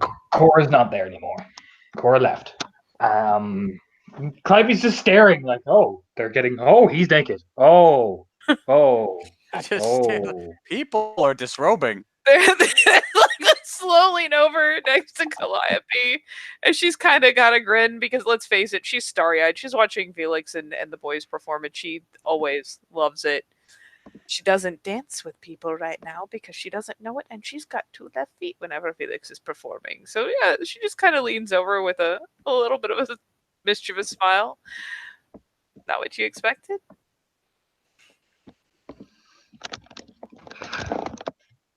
They don't. They look over. I didn't realize they normally get white naked at the Fenrir weddings. I didn't either, but here we are. She just gives a shrug. You should see the Greek one. The eyebrows kind of pop a little bit like, wait. You should have seen Artemi's wedding. Would I have been properly scandalized? Oh, we all danced naked amid the fiery starlit sky and then poured wine over each other because that's what we do. She takes a drink. Calliope is drunk. Oh. Calliope is drunk. And that was the sassiest reply you have ever gotten of Calliope in your entire You know what? life. Seeing some sass off Calliope is kind of endearing. It's just like the, do you know what I'm saying? Swigs drink like, oh God. Takes a drink because we're black furies. Jeez. You know, I learned a thing today. I've learned 2 things. I was being sarcastic, by the way. Some of us got naked afterwards, but that was for sex. That sorry, I heard Bob explode in the next room. I fucking lost it. I was doing so well. Just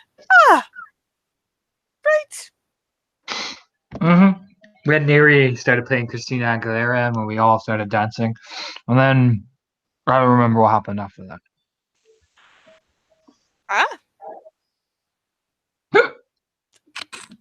This moonshine is great. Over at the hiccup, like, oh my God. She's staring out at the moonshine. This moonshine is great. Takes a long swig of it. It's not pineapple flavored though. You know, I feel like that's a thing that could be remedied. Lies. You know, you can buy pineapple juice like. No, I don't care. Holds the hand up in front of your face. Oh, she's fucking dying. Oh my God. Charlotte's just trying her best not to laugh. Your Weaver technologies can't seduce me of the natural fruit that is the pineapple.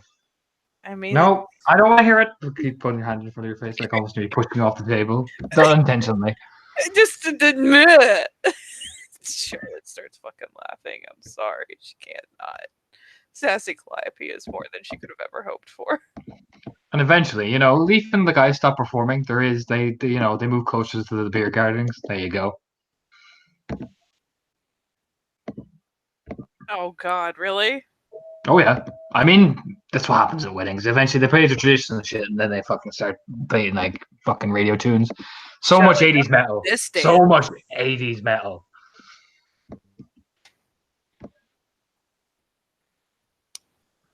Nope, Charlotte knows this dance and she hasn't hit the moonshine yet, so she's only a little drunk, comparatively.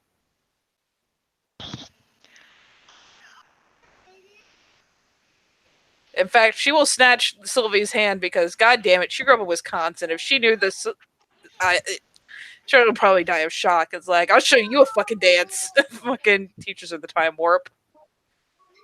No one knows where the clothes above Ramy's waist have gone.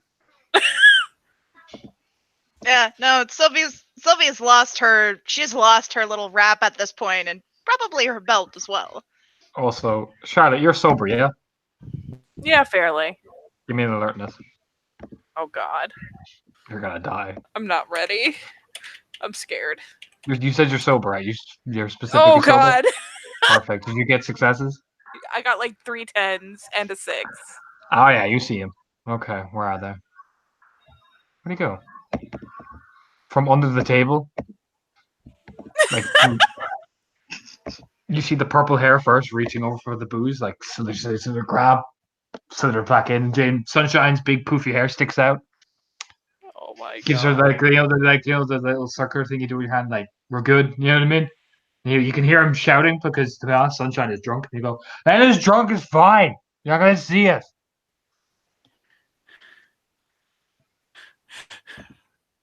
Oh my god.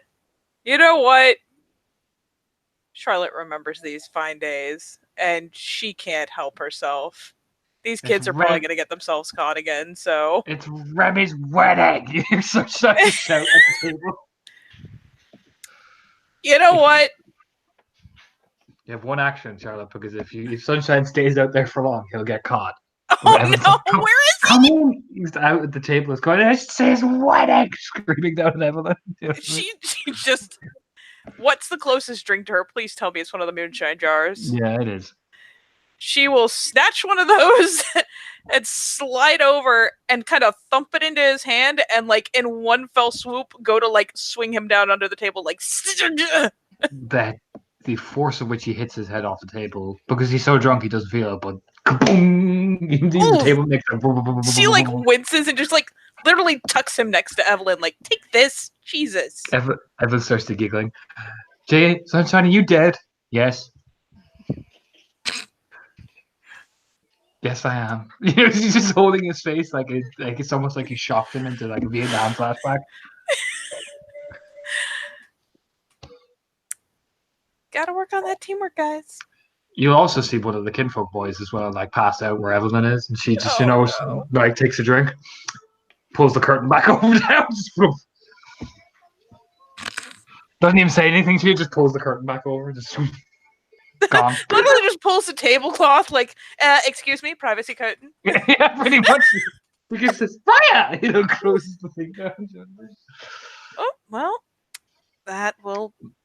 Sunshine's crawling over into under another table and just looks over. Should be fine. I'm not staying for that. Just crawls under the other table with the moonshine bottle. Does he just like crawl under there and like cuddle up with this moonshine? You know, it'll be fine. In the fetal position, You can see him slowly drinking it as he's curling. Oh no! She will make a mental note to make sure he doesn't die of alcohol poisoning in a little bit. But yeah, just it's one of those things where she just ninja stuffs a cub under a table. Like, nope. Pops back up to glance around. Innocent face. Nothing happened. I mean, you look over to see where Lena is, right? And Margaret Thorne's turned up at the after party. She didn't come for like the big like reception. She came for the after party. Oh God! The cool kids go to the after party. Lena and Mark are the two drunken aunties, essentially. There you go. Oh my God, Liz. Oh my God! Yes.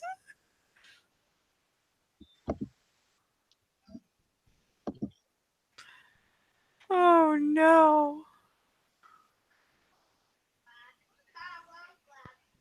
Oh God, that's beautiful.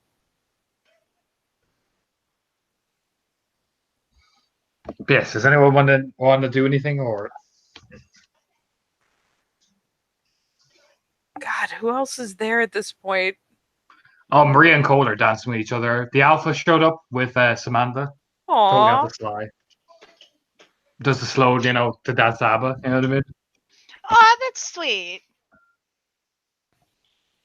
No, she's in touch with an 11-foot pole. They all arrived for the after party, essentially, when they all turned up to the beer garden like, Remy's married! Everyone started cheering. Yep. She will eventually scoot by to snag the moonshine bottle out of Sunshine's sleeping hands because, Jesus Christ, empty. If he wakes up and starts nursing on it, oh no. Yeah, it's empty. Are any of the other cubs anywhere in sight, like even back by the public housing? Roll me alertness. Oh God. Are you gonna get one of your pack mates to give you help? Remy's incapacitated, so Remy is fucking incapacitated. Look, Remy's busy with his own shit.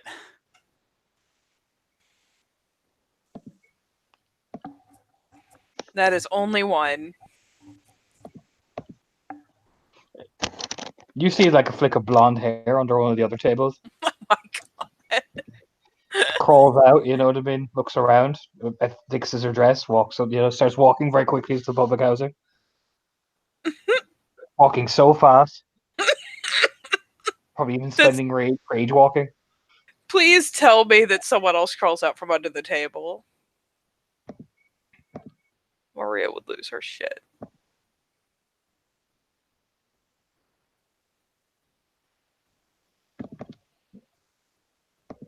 He walks out, he crawls out. The eyebrows! Torna. Shoot for the fucking ceiling.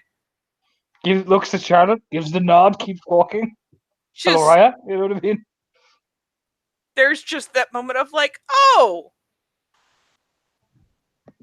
Nods back on autopilot because that is what you do when a person nods to you. You nod back. Yes. Hello. Huh. Oh. Oh, Jesus Christ. Oh, hello there. He keeps walking. Just, oh God.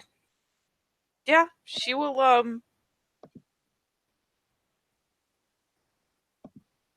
kind of finally return. Sylvie. Huh? What?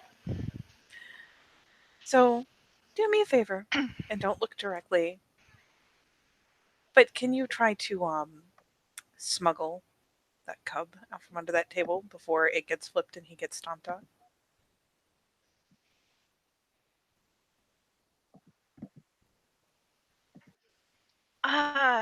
Yeah, sure.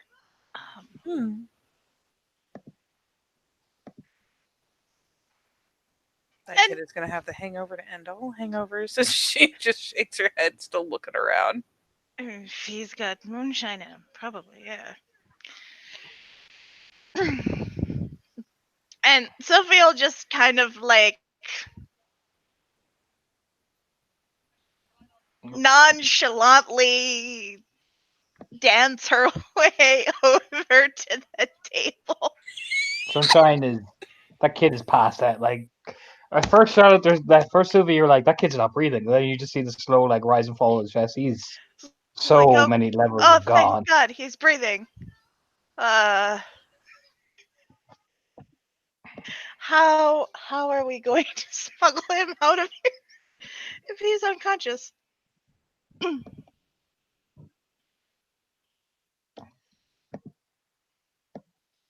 That is an excellent question.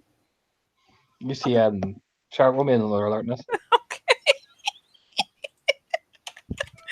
These fucking kids, I love them. A wedding. What did you think was going to happen? I know. I remember Beltane. If you look over, you can see Junkyard Dog pass out asleep. You know what I mean? Like reading like the newspaper over his face. You know what I mean? Oh God. Okay. Just Lena is swaying and Junkyard's out. Just get him back over to the public housing porch. If you see one of the other cubs, fob him off on him. Oh God. Did you roll alertness? I did. Frankie's sitting there with Corey. You know, they're chatting, but he's looking at his hands in the most amazing way. Oh God. Corey, you can just see Corey giving him like the playful like pats on his face, and he closes his eyes like, ah. Do you know what I mean?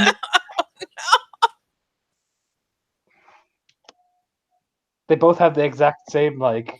I'll zoom in for how high these two are.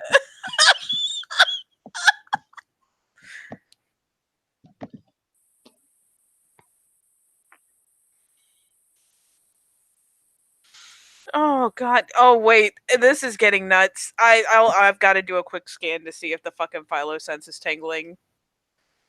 Which Philo? The Philo-sense, aka or any two guru, getting a little too comfy.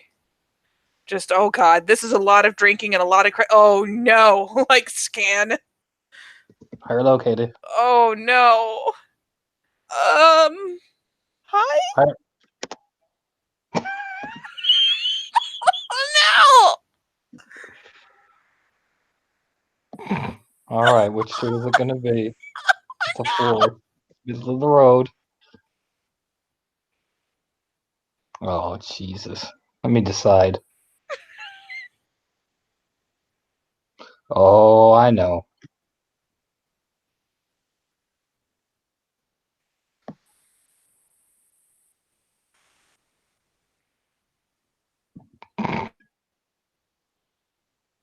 Just let me get them.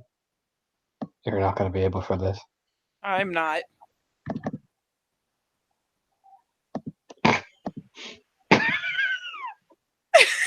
God damn it. I mean, they're not like making out or anything. You know what I mean? Because that would be like knee breaching. Potentially. Oh no. Oh no!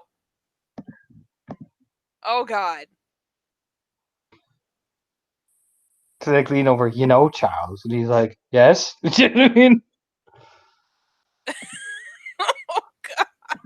Is this one-sided or are they both that wasted? And he'll pack like, "You're a very good at rude, Oh supple, no. strong." And she's like, "Yeah." You know what I mean? So that's something they're just staring at each other. Oh god. I need intervention. You're not gonna get any help from Raimi. No. Everyone's surprised he's even standing. And I've already got Sylvie on a mission. And a very delicate mission of hauling a child out of the fucking wedding. Oh god. Please tell me, is there any kinfolk I can send to intervene? Like, be Harlow. like, hey, so and so was giving you the eyes. I'm just saying. Harlow. Oh god, hi. Oh! You can send a kinfolk, it just won't be the one that will get the best result. So, Katie, it's a 3. Right? Oh no. The only person she spots. God damn it, no! I love him, but no!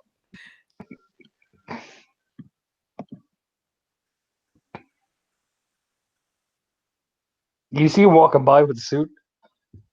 Oh no. No. No. No. Absolutely not. He can enjoy the wedding. This is a bad plan.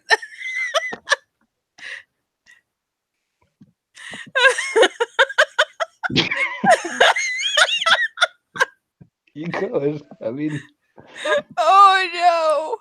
I don't want Calliope to punch a shadow.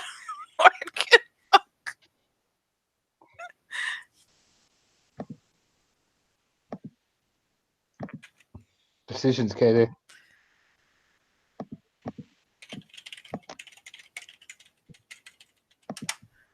Did Heather say anything about disappearing? I'm sad now.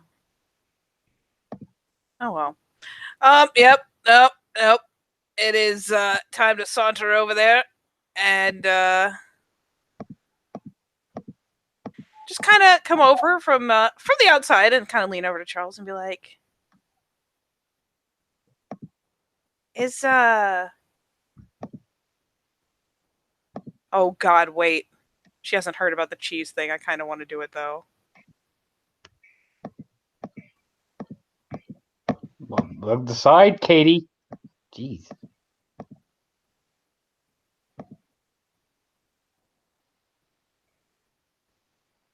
No, I don't know about it. So it's the kind of lean over is like, is Haley supposed to be?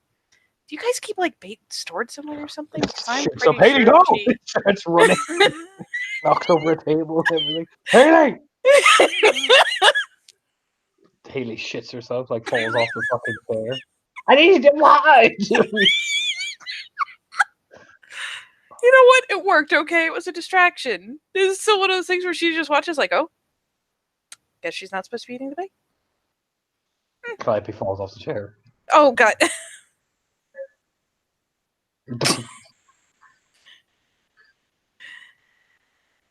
You want a hand, buddy, or are you comfortable down there? I am the earth. You hear snoring. Okay, you're comfortable right there. That seems fine. Oh god. You know what? Oh no. Is it spreading? They look so happy. I mean,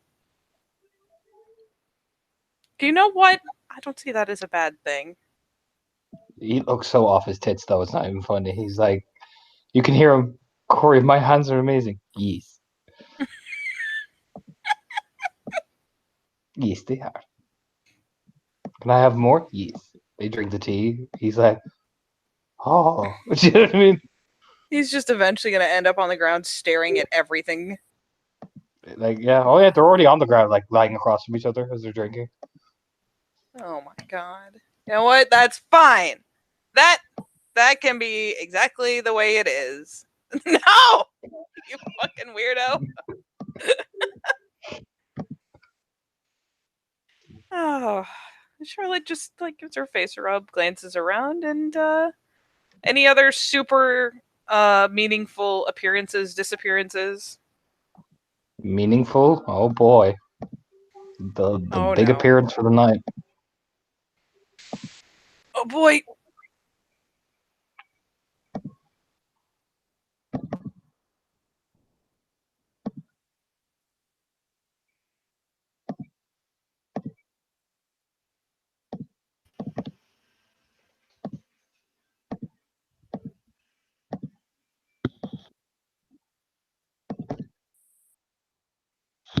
Hello?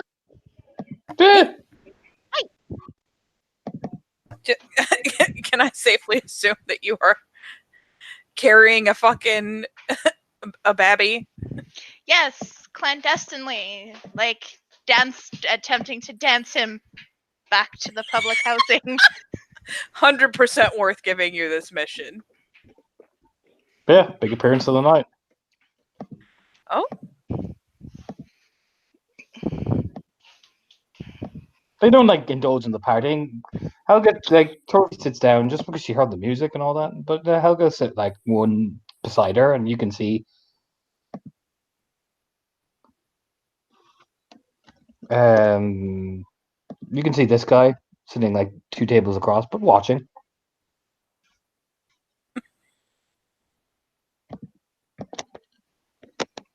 god damn it!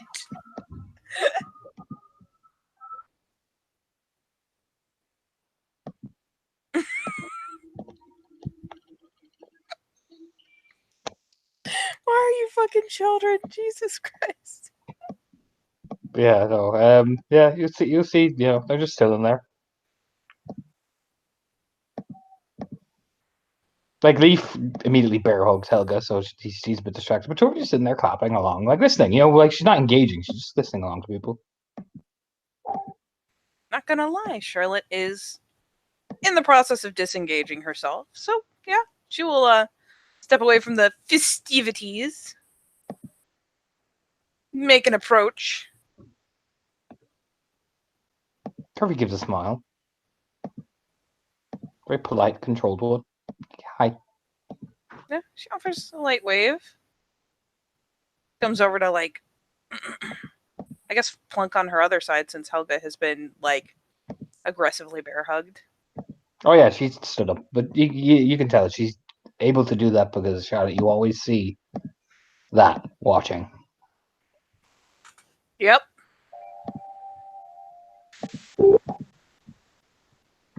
Hey, Hello. hope the trip was uneventful. It's quiet. We went mostly. We've been, night. No, like not. We heard there was an after party, and Helga wanted to check on Leaf. So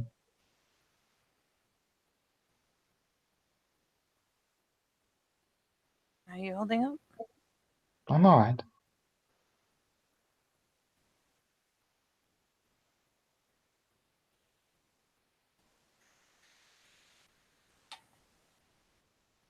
It's tough. Yeah. How are you holding?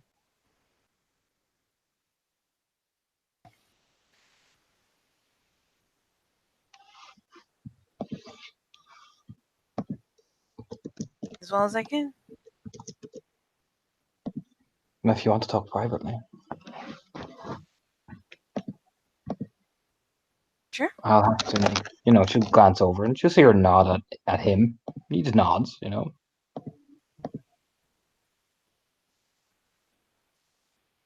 Yeah, she'll let her do whatever little bit she needs to do to cue her bodyguard number 2, thing 2, that she is about to be mobile. I don't know. Yeah, pretty much. It's just start walking to the back of the beer garden. Yeah, Charlotte will follow along, walk alongside. The gathering will be tomorrow evening. Good.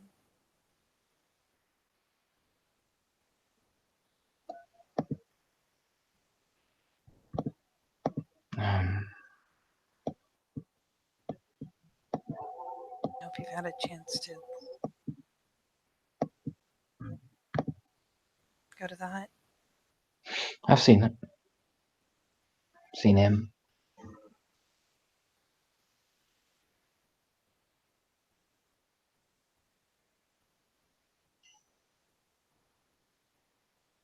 So, light nod. And she tugs at some of the fabrics on her sleeves awkwardly.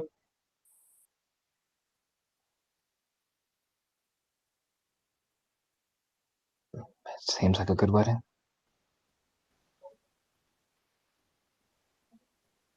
It has been.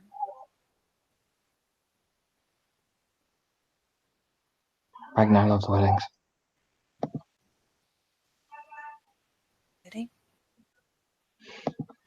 Yes, he was at Doomclaw's wedding. He stood up on the table and picked up the ale and drank, but he belched halfway through and spewed it out all over Hildy. We laughed for hours. He was called the Great Belch after that for a while. Worthy day?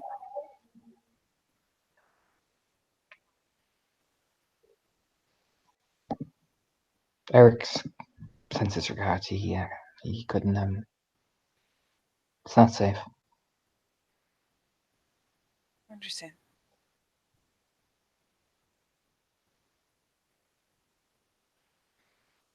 I'm sorry you couldn't be here. He is too.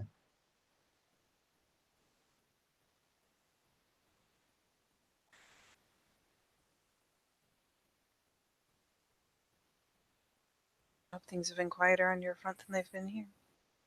New arrivals.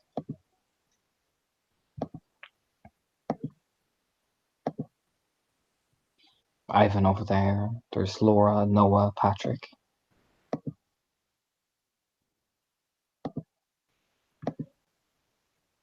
No? Yes, Ivan is Nielsen's sworn service to Runefer on the Sept. Laura's Shadow Lord. She's from York. Apparently, she works for the war effort. And Noah and Patrick are Fianna. It's part of an alliance done with their respective Sept. I mean, I hear there've been a lot of good bonds between the Get and the Fianna. There's another reason why they're here. Why they're there. Particularly Noah. His home Sept, the Sept of, had a strong alliance with them, my family. I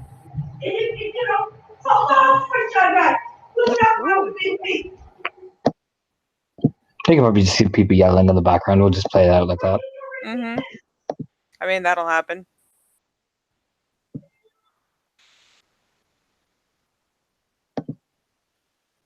What family is he from? McCarthy.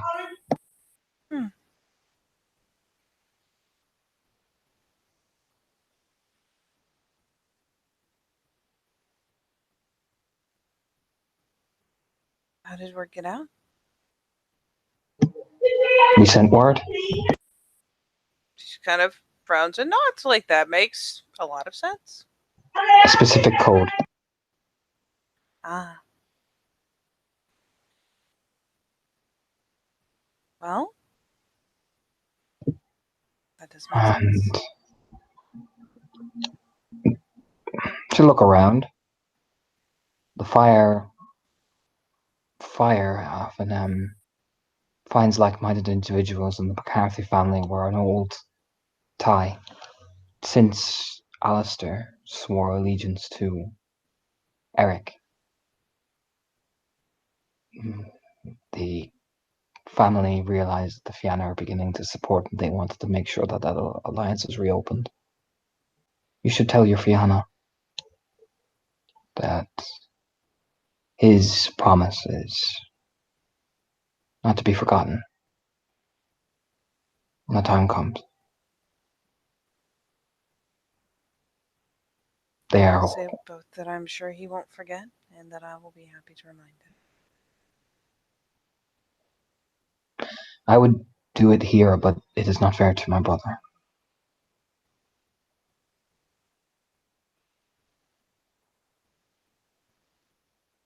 She'd be walking along, heading towards the lower side of the lake. Mm-hmm. Well, she's following along. I assume that Nielsen is behind them. Oh yeah, good distance behind though. You notice that he's obviously done this about 1,000 times. You know what I mean? It's that courtesy distance of I'm not here to listen to your shit. I'm just here to Yeah. fucking demolish sure- anything that gets close to you. Or make sure nobody's listening to your shit. You know what I mean? I am a solid 2 rage actions away so that I can hurt somebody so bad. And she'll look over. But your wedding, I am going to.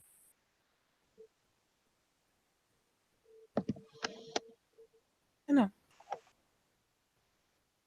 I know you know, but you must understand. Maria Trimbenson will be there. She will. This announcement will be huge.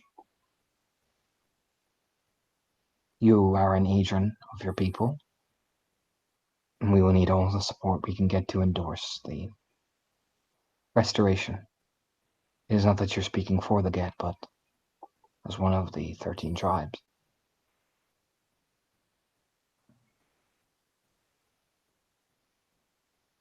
You have had and will continue to have my support.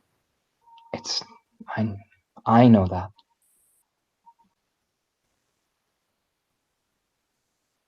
But you need to speak before the others do. Before Carves the Path does. Before any other glasswalker decides to choose which way to go.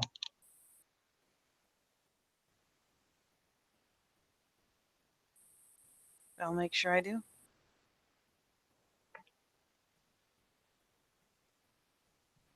Nod.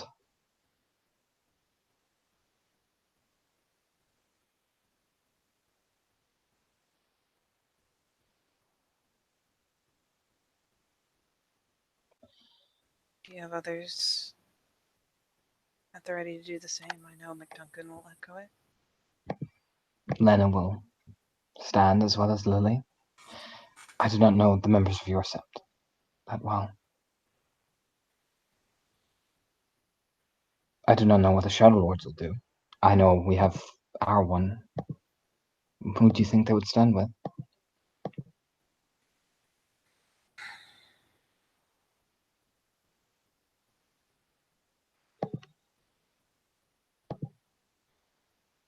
She thoughtfully licks her lips.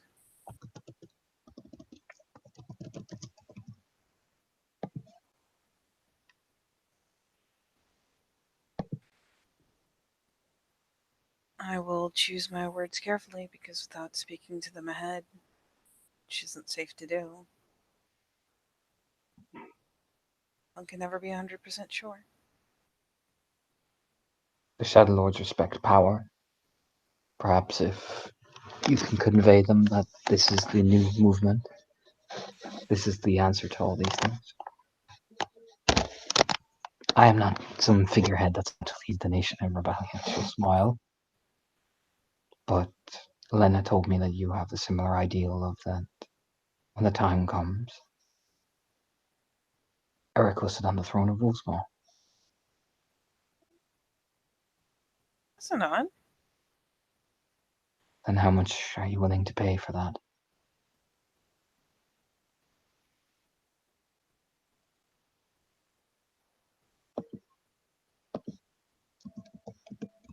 I've always paid a great deal for the things that I care about. And I care about this.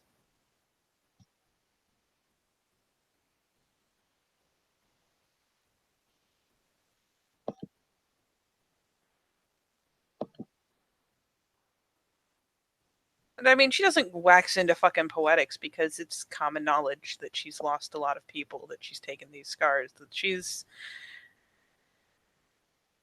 somehow continued fighting no matter how bad she's gotten smacked down.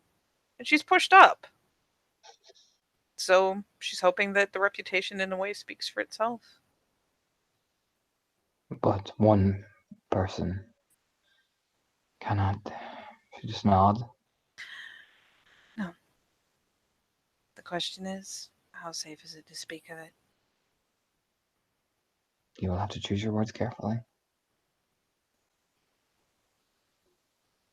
Until the time that I stand in front of the woman who murdered my entire clan, there will be secrets.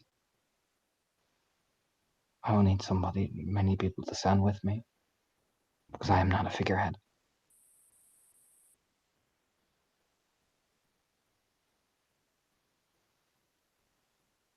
I am just a kinfolk. And my husband is a Trimminson.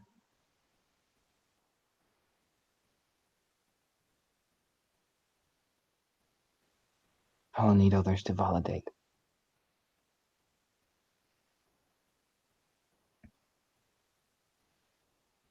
And other tribes to stand with us, so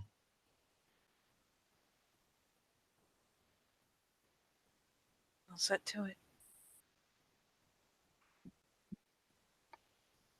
nods. Bring as many other voices to the table as I can.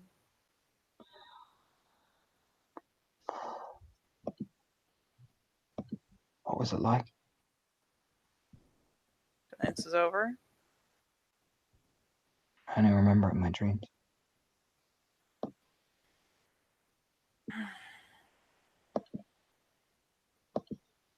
Even after all this time, layers of ice and snow, it was breathtaking. It was part of the mountain. Did you hear them sing? I did. That actually brings a soft smile. I did.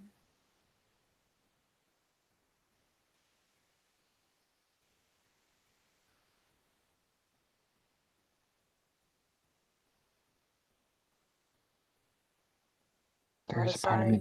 People There's a part of from me. the past. There's a part of me that doesn't want to do this. Why is that?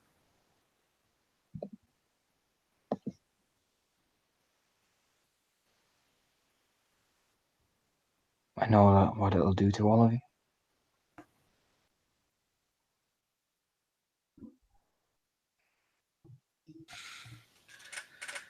We'll take a minute and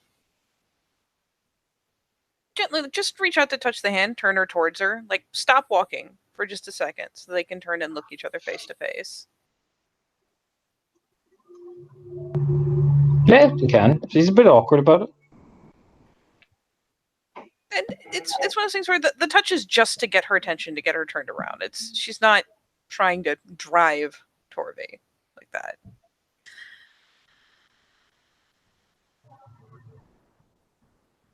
Whatever does or doesn't happen to the people who are involved are choosing to be here and to stand beside you. We're choosing it. You're not doing anything to us. You're doing what you need to do. You're doing what's right. And we happily step up and stand alongside you and try to carry you to where you're supposed to be. And if there's a cost involved, we'll take it. Change always has a cost. Always. But wouldn't it be better to just touch her belly, hope that this eventually happens, and have a life down there?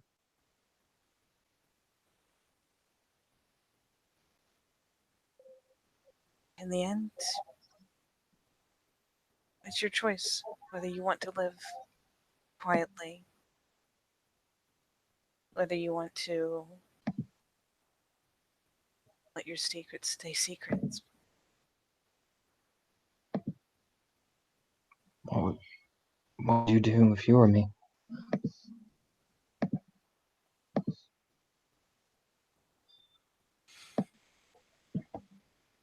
She takes a second, kind of licks her lips. Does her the fucking credit of actually thinking about it. I would be terrified, but I've been terrified before. It's worth fighting for.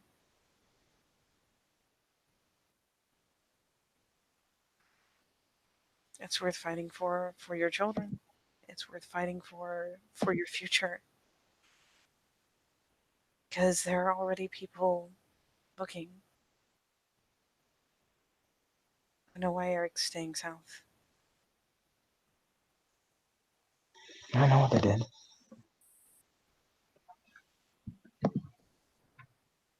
So if you want to have peace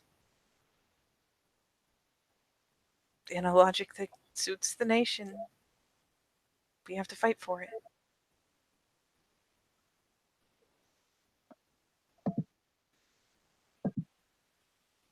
But it's a worthy goal. To pull Charlotte in, and you can see the panic on her face. Tell me I'm not Ophelia Campbell. There's the initial pull in, there's just the most confused look. The woman who started the Gleaming Eye War. She gives her head a very quick shake. No. No. You're not Ophelia Campbell.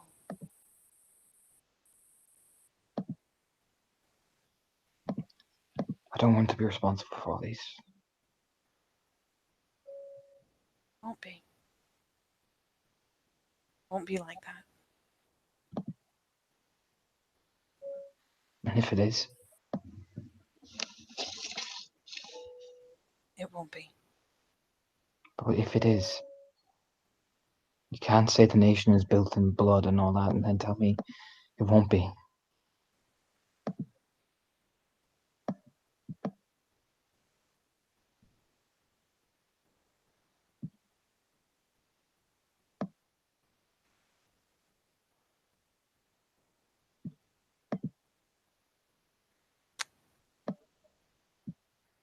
Case of what happened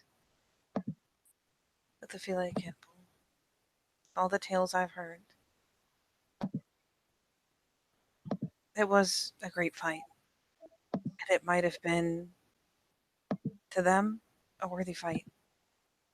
But your kin. You're not going to go out to battle the worm a month later, die in the field. You're not going to be the beginning and almost immediately the end of something. You're like an ember. You're starting something that's going to grow bigger and bigger.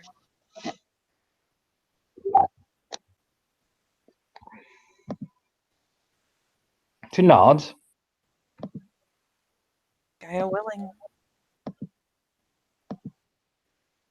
If it's done right, it won't be hundreds upon hundreds dying. There may be skirmishes, there may be a challenge. But if we do it right, and you have so many incredibly clever people supporting you, incredibly wise people supporting you, capable people supporting you, it'll be done right.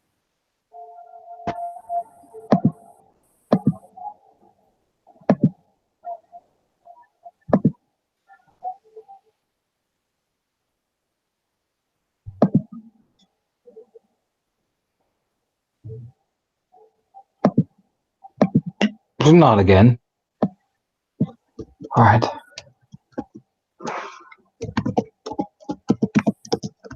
Can I roll something for all of the talking shit? Sure. Give me charisma leadership, but Try and oh god, don't minimize. No, why? Come back. Can I spend a little power on it because I'm scared? no. Oh, Make or break roll, Katie. I hate these. Oh god! Yes! Torvi, That's my charisma. It's fucking genial, isn't it? yes. That Yeah. were you trying to be genial? I don't think you No, were. Really. no, I'm not. No. Okay. It's still three successes though. Yeah.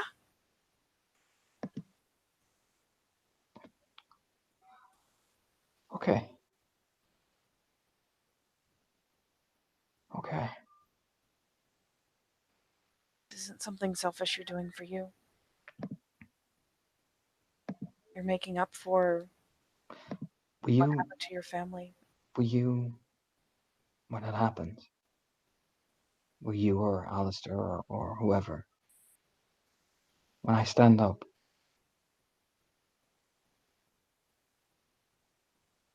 stand beside me so I can look her in the eye. I want to look her in the eye.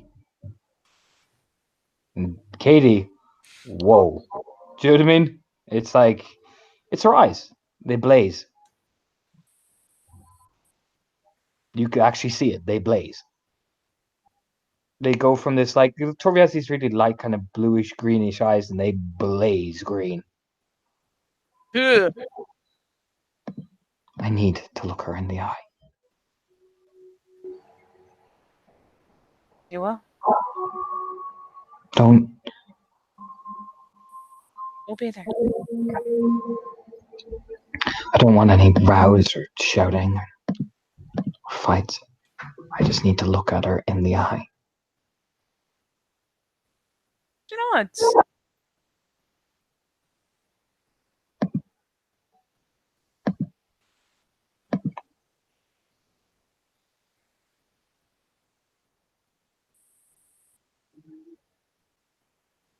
Not. We'll stand beside you.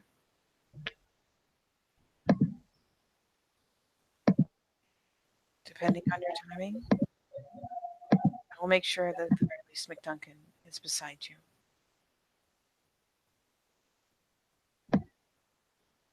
And when time comes that you stand,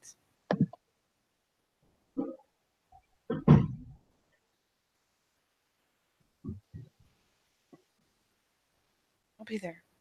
Get up. But you'll look her in the eye.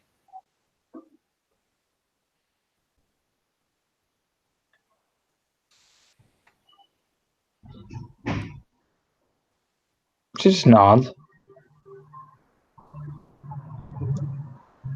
When the time comes for him to be crowned, will you crown him? That one gets a surprised look. And she just kind of takes a moment. No. You're a glasswalker, a prominent member on this set. An Adrian, with a reputation. Same way as MacDuncan made a promise. Will you make the same promise for him? Will you put my husband on the throne?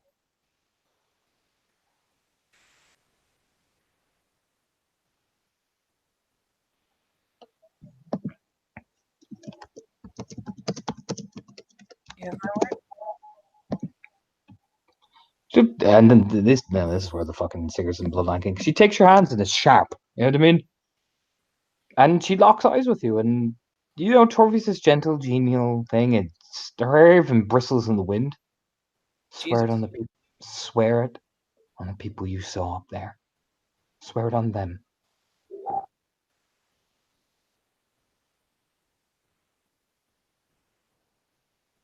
I swear it on the blood of all the people that I saw her lay to slaughter.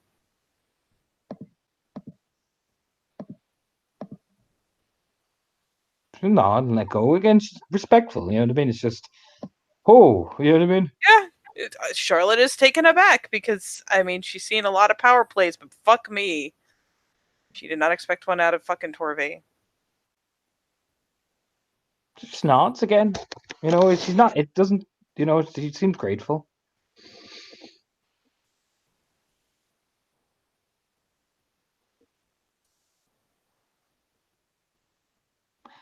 They're going to call him the Winter King.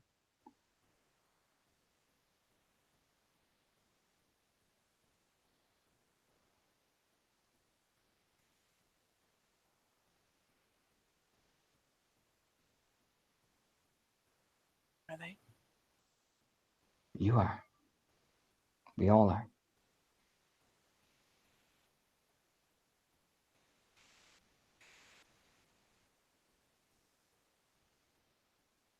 Not.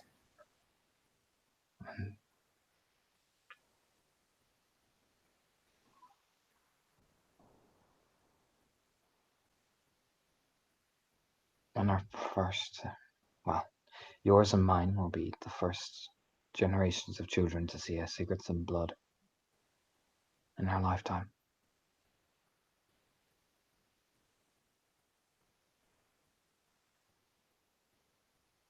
That brings a wholly involuntary smile to her face because, oh, she likes the thought of it.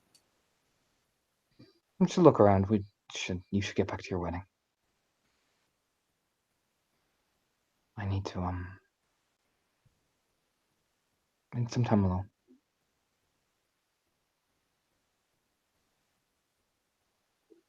Very well. See you back at the cabin. Nod. She'll nod, and she actually very politely bows her head to Torvi because, well, as far as she's concerned, she's an up and coming queen. Very polite little nod. She doesn't overdo it. But still, there's a certain sincerity to the gesture. And rather than head back, and as she does pass, she'll, there's a considerate little bob of the head to the Nielsen. You just go right up. Leans up against one of the trees, like eating an apple.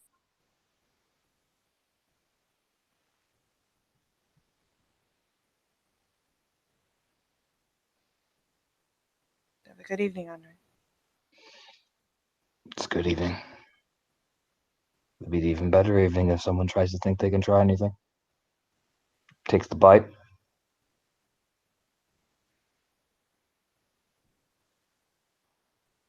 Alas, I don't think you'll be so lucky. No, probably not. Just his belt buckle. Shame. Get to miss all the women and beer. But gives a shrug. He starts walking after Torvi. Yep.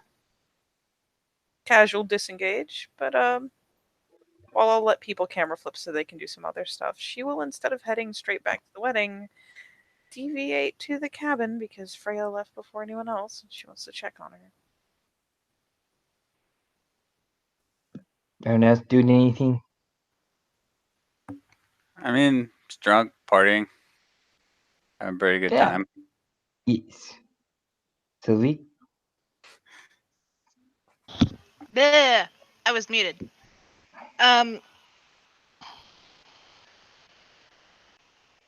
So,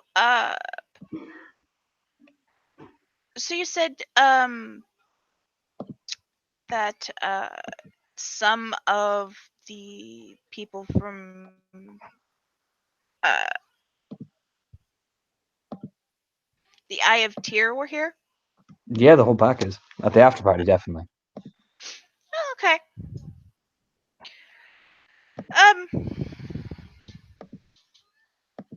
Yeah, Sylvia will probably go over and introduce herself. Okay, which ones are you gonna meet? Yes. So and there is him and him.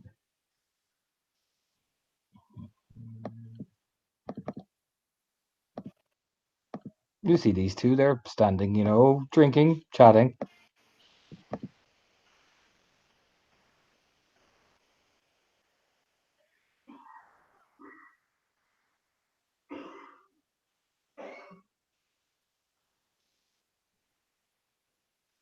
She'll give them a bow. Ryas, it's an honor to meet you. The one with the kind of darker hair looks over at you. Hello. I am Sylvia Iverson, deeded Blood on Snow. Crescent moon born to the Get of Fenris on 2 legs.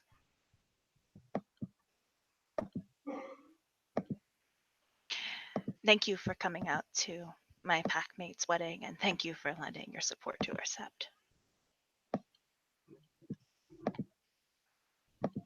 Magnus, known to the nation as the Gavel of the Jotun. Member of Clan Carlo, born on 2 legs. Fostern. Father. Your thanks is appreciated.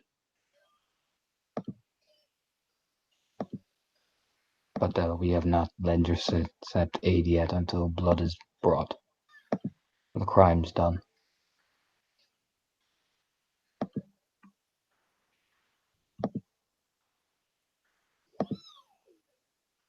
The other one looks over. Now he has a mixture of blonde, blood red hair. It's kind of eerie because it's this healthy mixture of both. And he'll look you up and down, and he actually gives you that Arun shove. You can tell immediately this is the big Arun. Just kind of gives you that shoulder bump. You kind of take a couple of steps back, and he'll look at you. Finn, known as braided blood closen. Foster and Arun of the Get of Fenris, born on 2 legs. Where are your scars? I do not have any yet. There's a sage nod.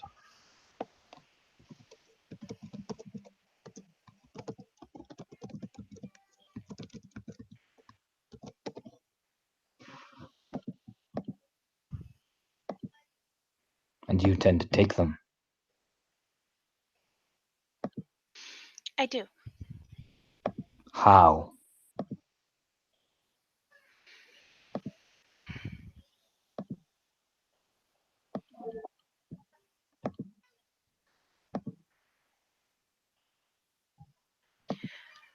With all my strengths. Then I wait for you to impress me.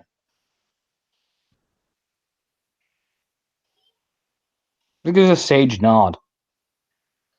Like a stern Arun nod. The Father just nods. We will look forward to seeing you in battle. I'm glad to know you'll be fighting alongside us. We will be in the thick and the forefront for justice for our fallen brother. For the crimes done. Yes. You see the other two, like, fucking members walk over. Let me get them for you. I'll just switch out Torvi here.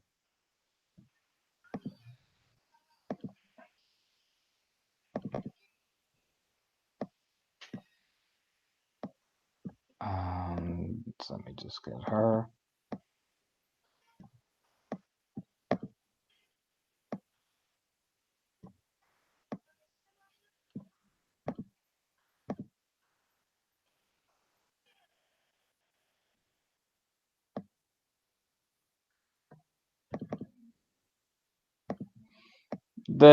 They both walk over. The one with the red hair and the kind of gray, like tiny flecks of gray, will look at you. The woman walks up beside him.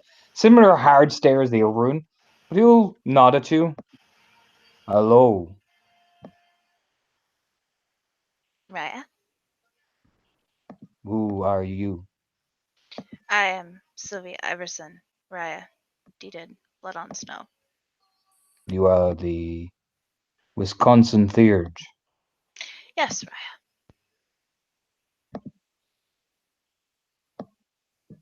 Known as Dragonbreaker. Clan Carlo. Naga. Adrian. Born 2 legs under a crescent moon. Yeah, for him, she will drop down on one knee. It is a pleasure to meet you, Raya.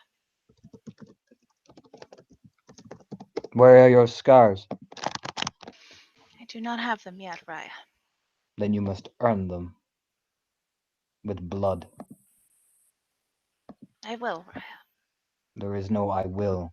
There is only I do.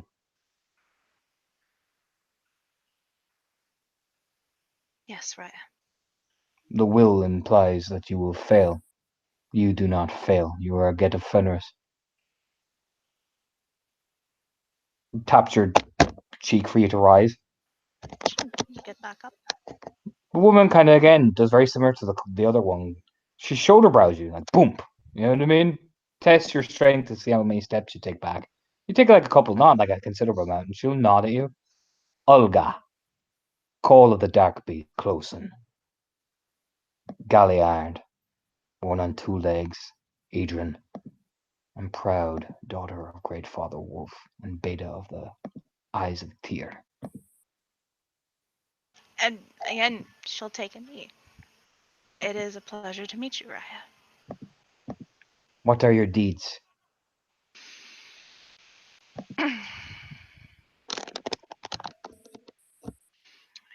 I have slain a Bane in the place of the court of Wisconsin known as the Black Cells and walked out under my own power. Not in Wisconsin, here, where blood has been spilt and injustice done.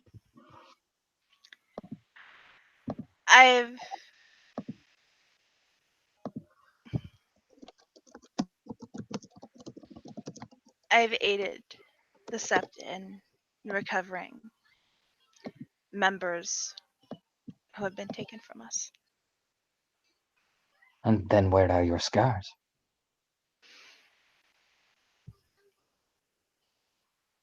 I have not received any yet.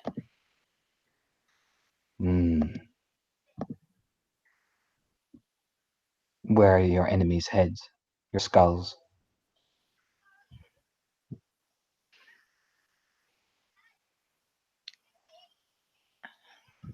I have not taken them, Raya.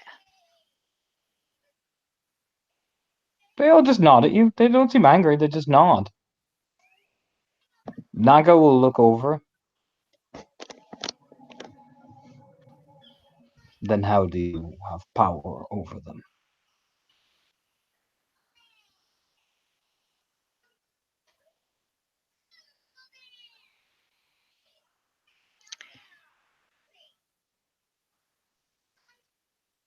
She will look at him. I have power over them because they did not have the strength to face me and survive. The close and shoulder bump, the two of them, boom, boom. You know what I mean? You take another like 4 steps back. Again, it's like they're testing you. You feel like you're being surrounded by a pack of wolves. You know what I mean? Oh, yeah. Naga will say, but where is the deed? And not in a stern voice. The Claros always have that big stoic. You know what I mean? It's just a trademark of the family. They may have strength, but you have nothing to show. You do not have power, little one. And as Theurge, when you see the spirit in the trees, they will look for what you have and what you bear.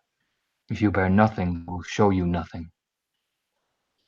So then you must take it and break them with it.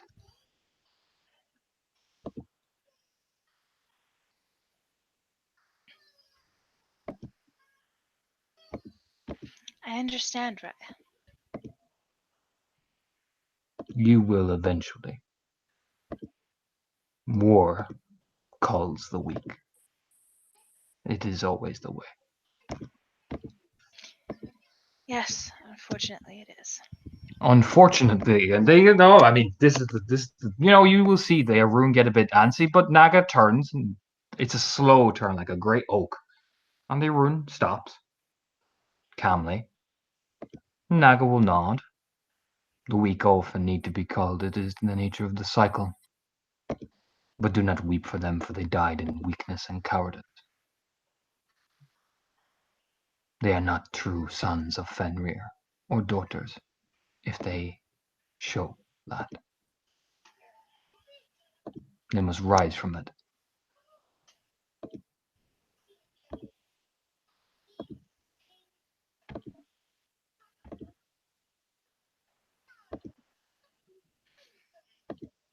Yes.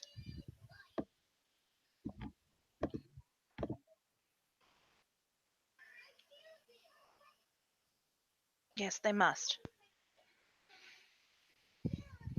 Nods. You are in pack with Ulrichsen. Uh, yes, Raya. I am at pack with Rami Olsen. He does serve the Ulrichsons. Philo nods. Is he strong man? Yes, Raya, he is. What are his scars? I believe, Raya, they are marks representing each life he has taken. They nod.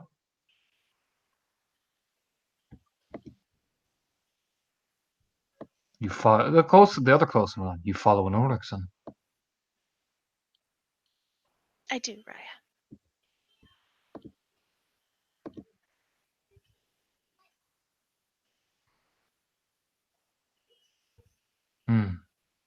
I hope for your sake, his strength matches yours, for that is the only way you prove to each other that you are worthy of pack.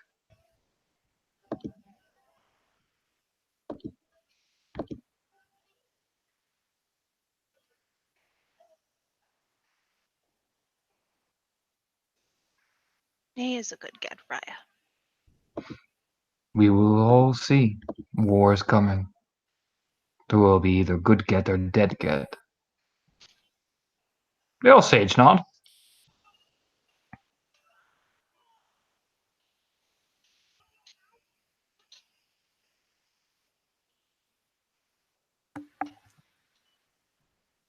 Is at that moment, the table behind them, there's something set down, probably a little too hard. They look Yeah, over. there's that Sylvie look. Rise, the eyes of Tyr. This red beer is brewed right here in this building. Welcome to my wedding. I'd be honored if you drank it with me. They'll nod.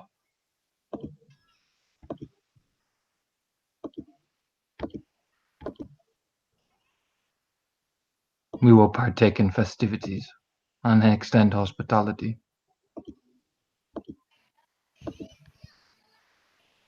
As our Trimbinsons are.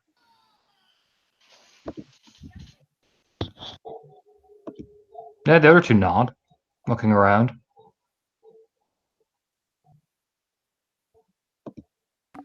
And so comes the time when they all take up their glasses. And Raimi will raise it up because he's the one who offered all this. Blood and victory. Slam. Yeah, they drink. They just watch you though. Like these are some of the most intense people you've seen, like from the Tribunes inside. They all just look stern, angry. Thankfully, the armor of alcohol is helping soften this a little bit. Or make it worse, who knows? And eventually they clang all together. And you know what? Fucking Naga will nudge Olga, because that's your job, Galliard. And she will stand up on the table, raise the big glass, and then we'll shout for Ragnarok, all that type of shit. And people start cheering, Naga nods approvingly. Oh yeah, even Sylvie will cheer for that. Raimi's into it. He steps down and clamps Naga's shoulder and nods. The other Callow nods as well. The other Closen just was watching everybody. He just seems permanently ready for warfare, essentially. You can get by the way he's just looking at everybody.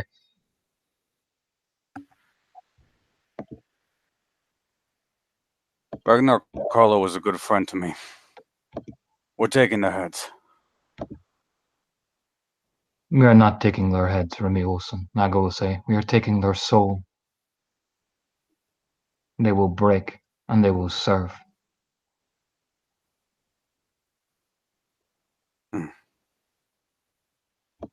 He nods like this is a perfectly normal line of thought. The Wormfoe has decreed the others, those who stand in our way are not allies. Those who question our way are not allies. Blood is paid in blood. And Carlo blood is spilt.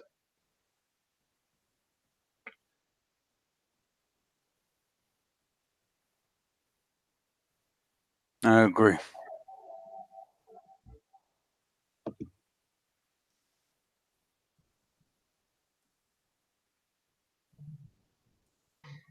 Yeah, Olga nods, and the other two just stare and nod.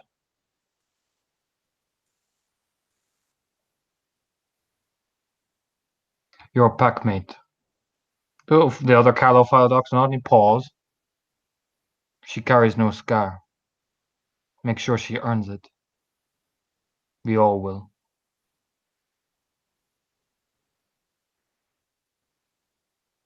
Many scars coming. We, the closer just, they start to walk, they start to depart. The closer the Arun will go. We shall see, Ulrichson. We shall see. He's walking. Naga will just nod, bow respectfully. Thank you for your hospitality. And for your blood friendship to my nephew. It is honorable of you to do so. I will make sure whatever spirits sing that praise. And he just nods respectfully and we'll start walking, and his pack seem to follow him. Maybe I'll watch. And when they have walked off, look at Sylvie. I'm so fucking drunk right now.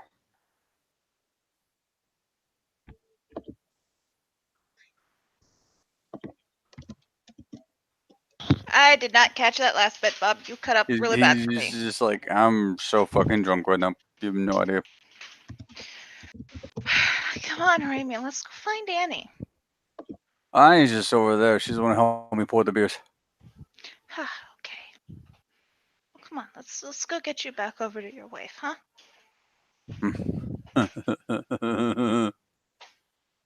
What? He just looks at her, keeps laughing. Yeah, okay. It's just Sylvie will lead him back over to her and just gently hand him off, like, here you go. He is really out of it. Yes. Anyone else doing anything? I can either talk to Freya now or in another scene. Don't do another scene. This one's gone on for a fair bit. Okay. Well then. Anything else, guys? Well then, we will call it a scene.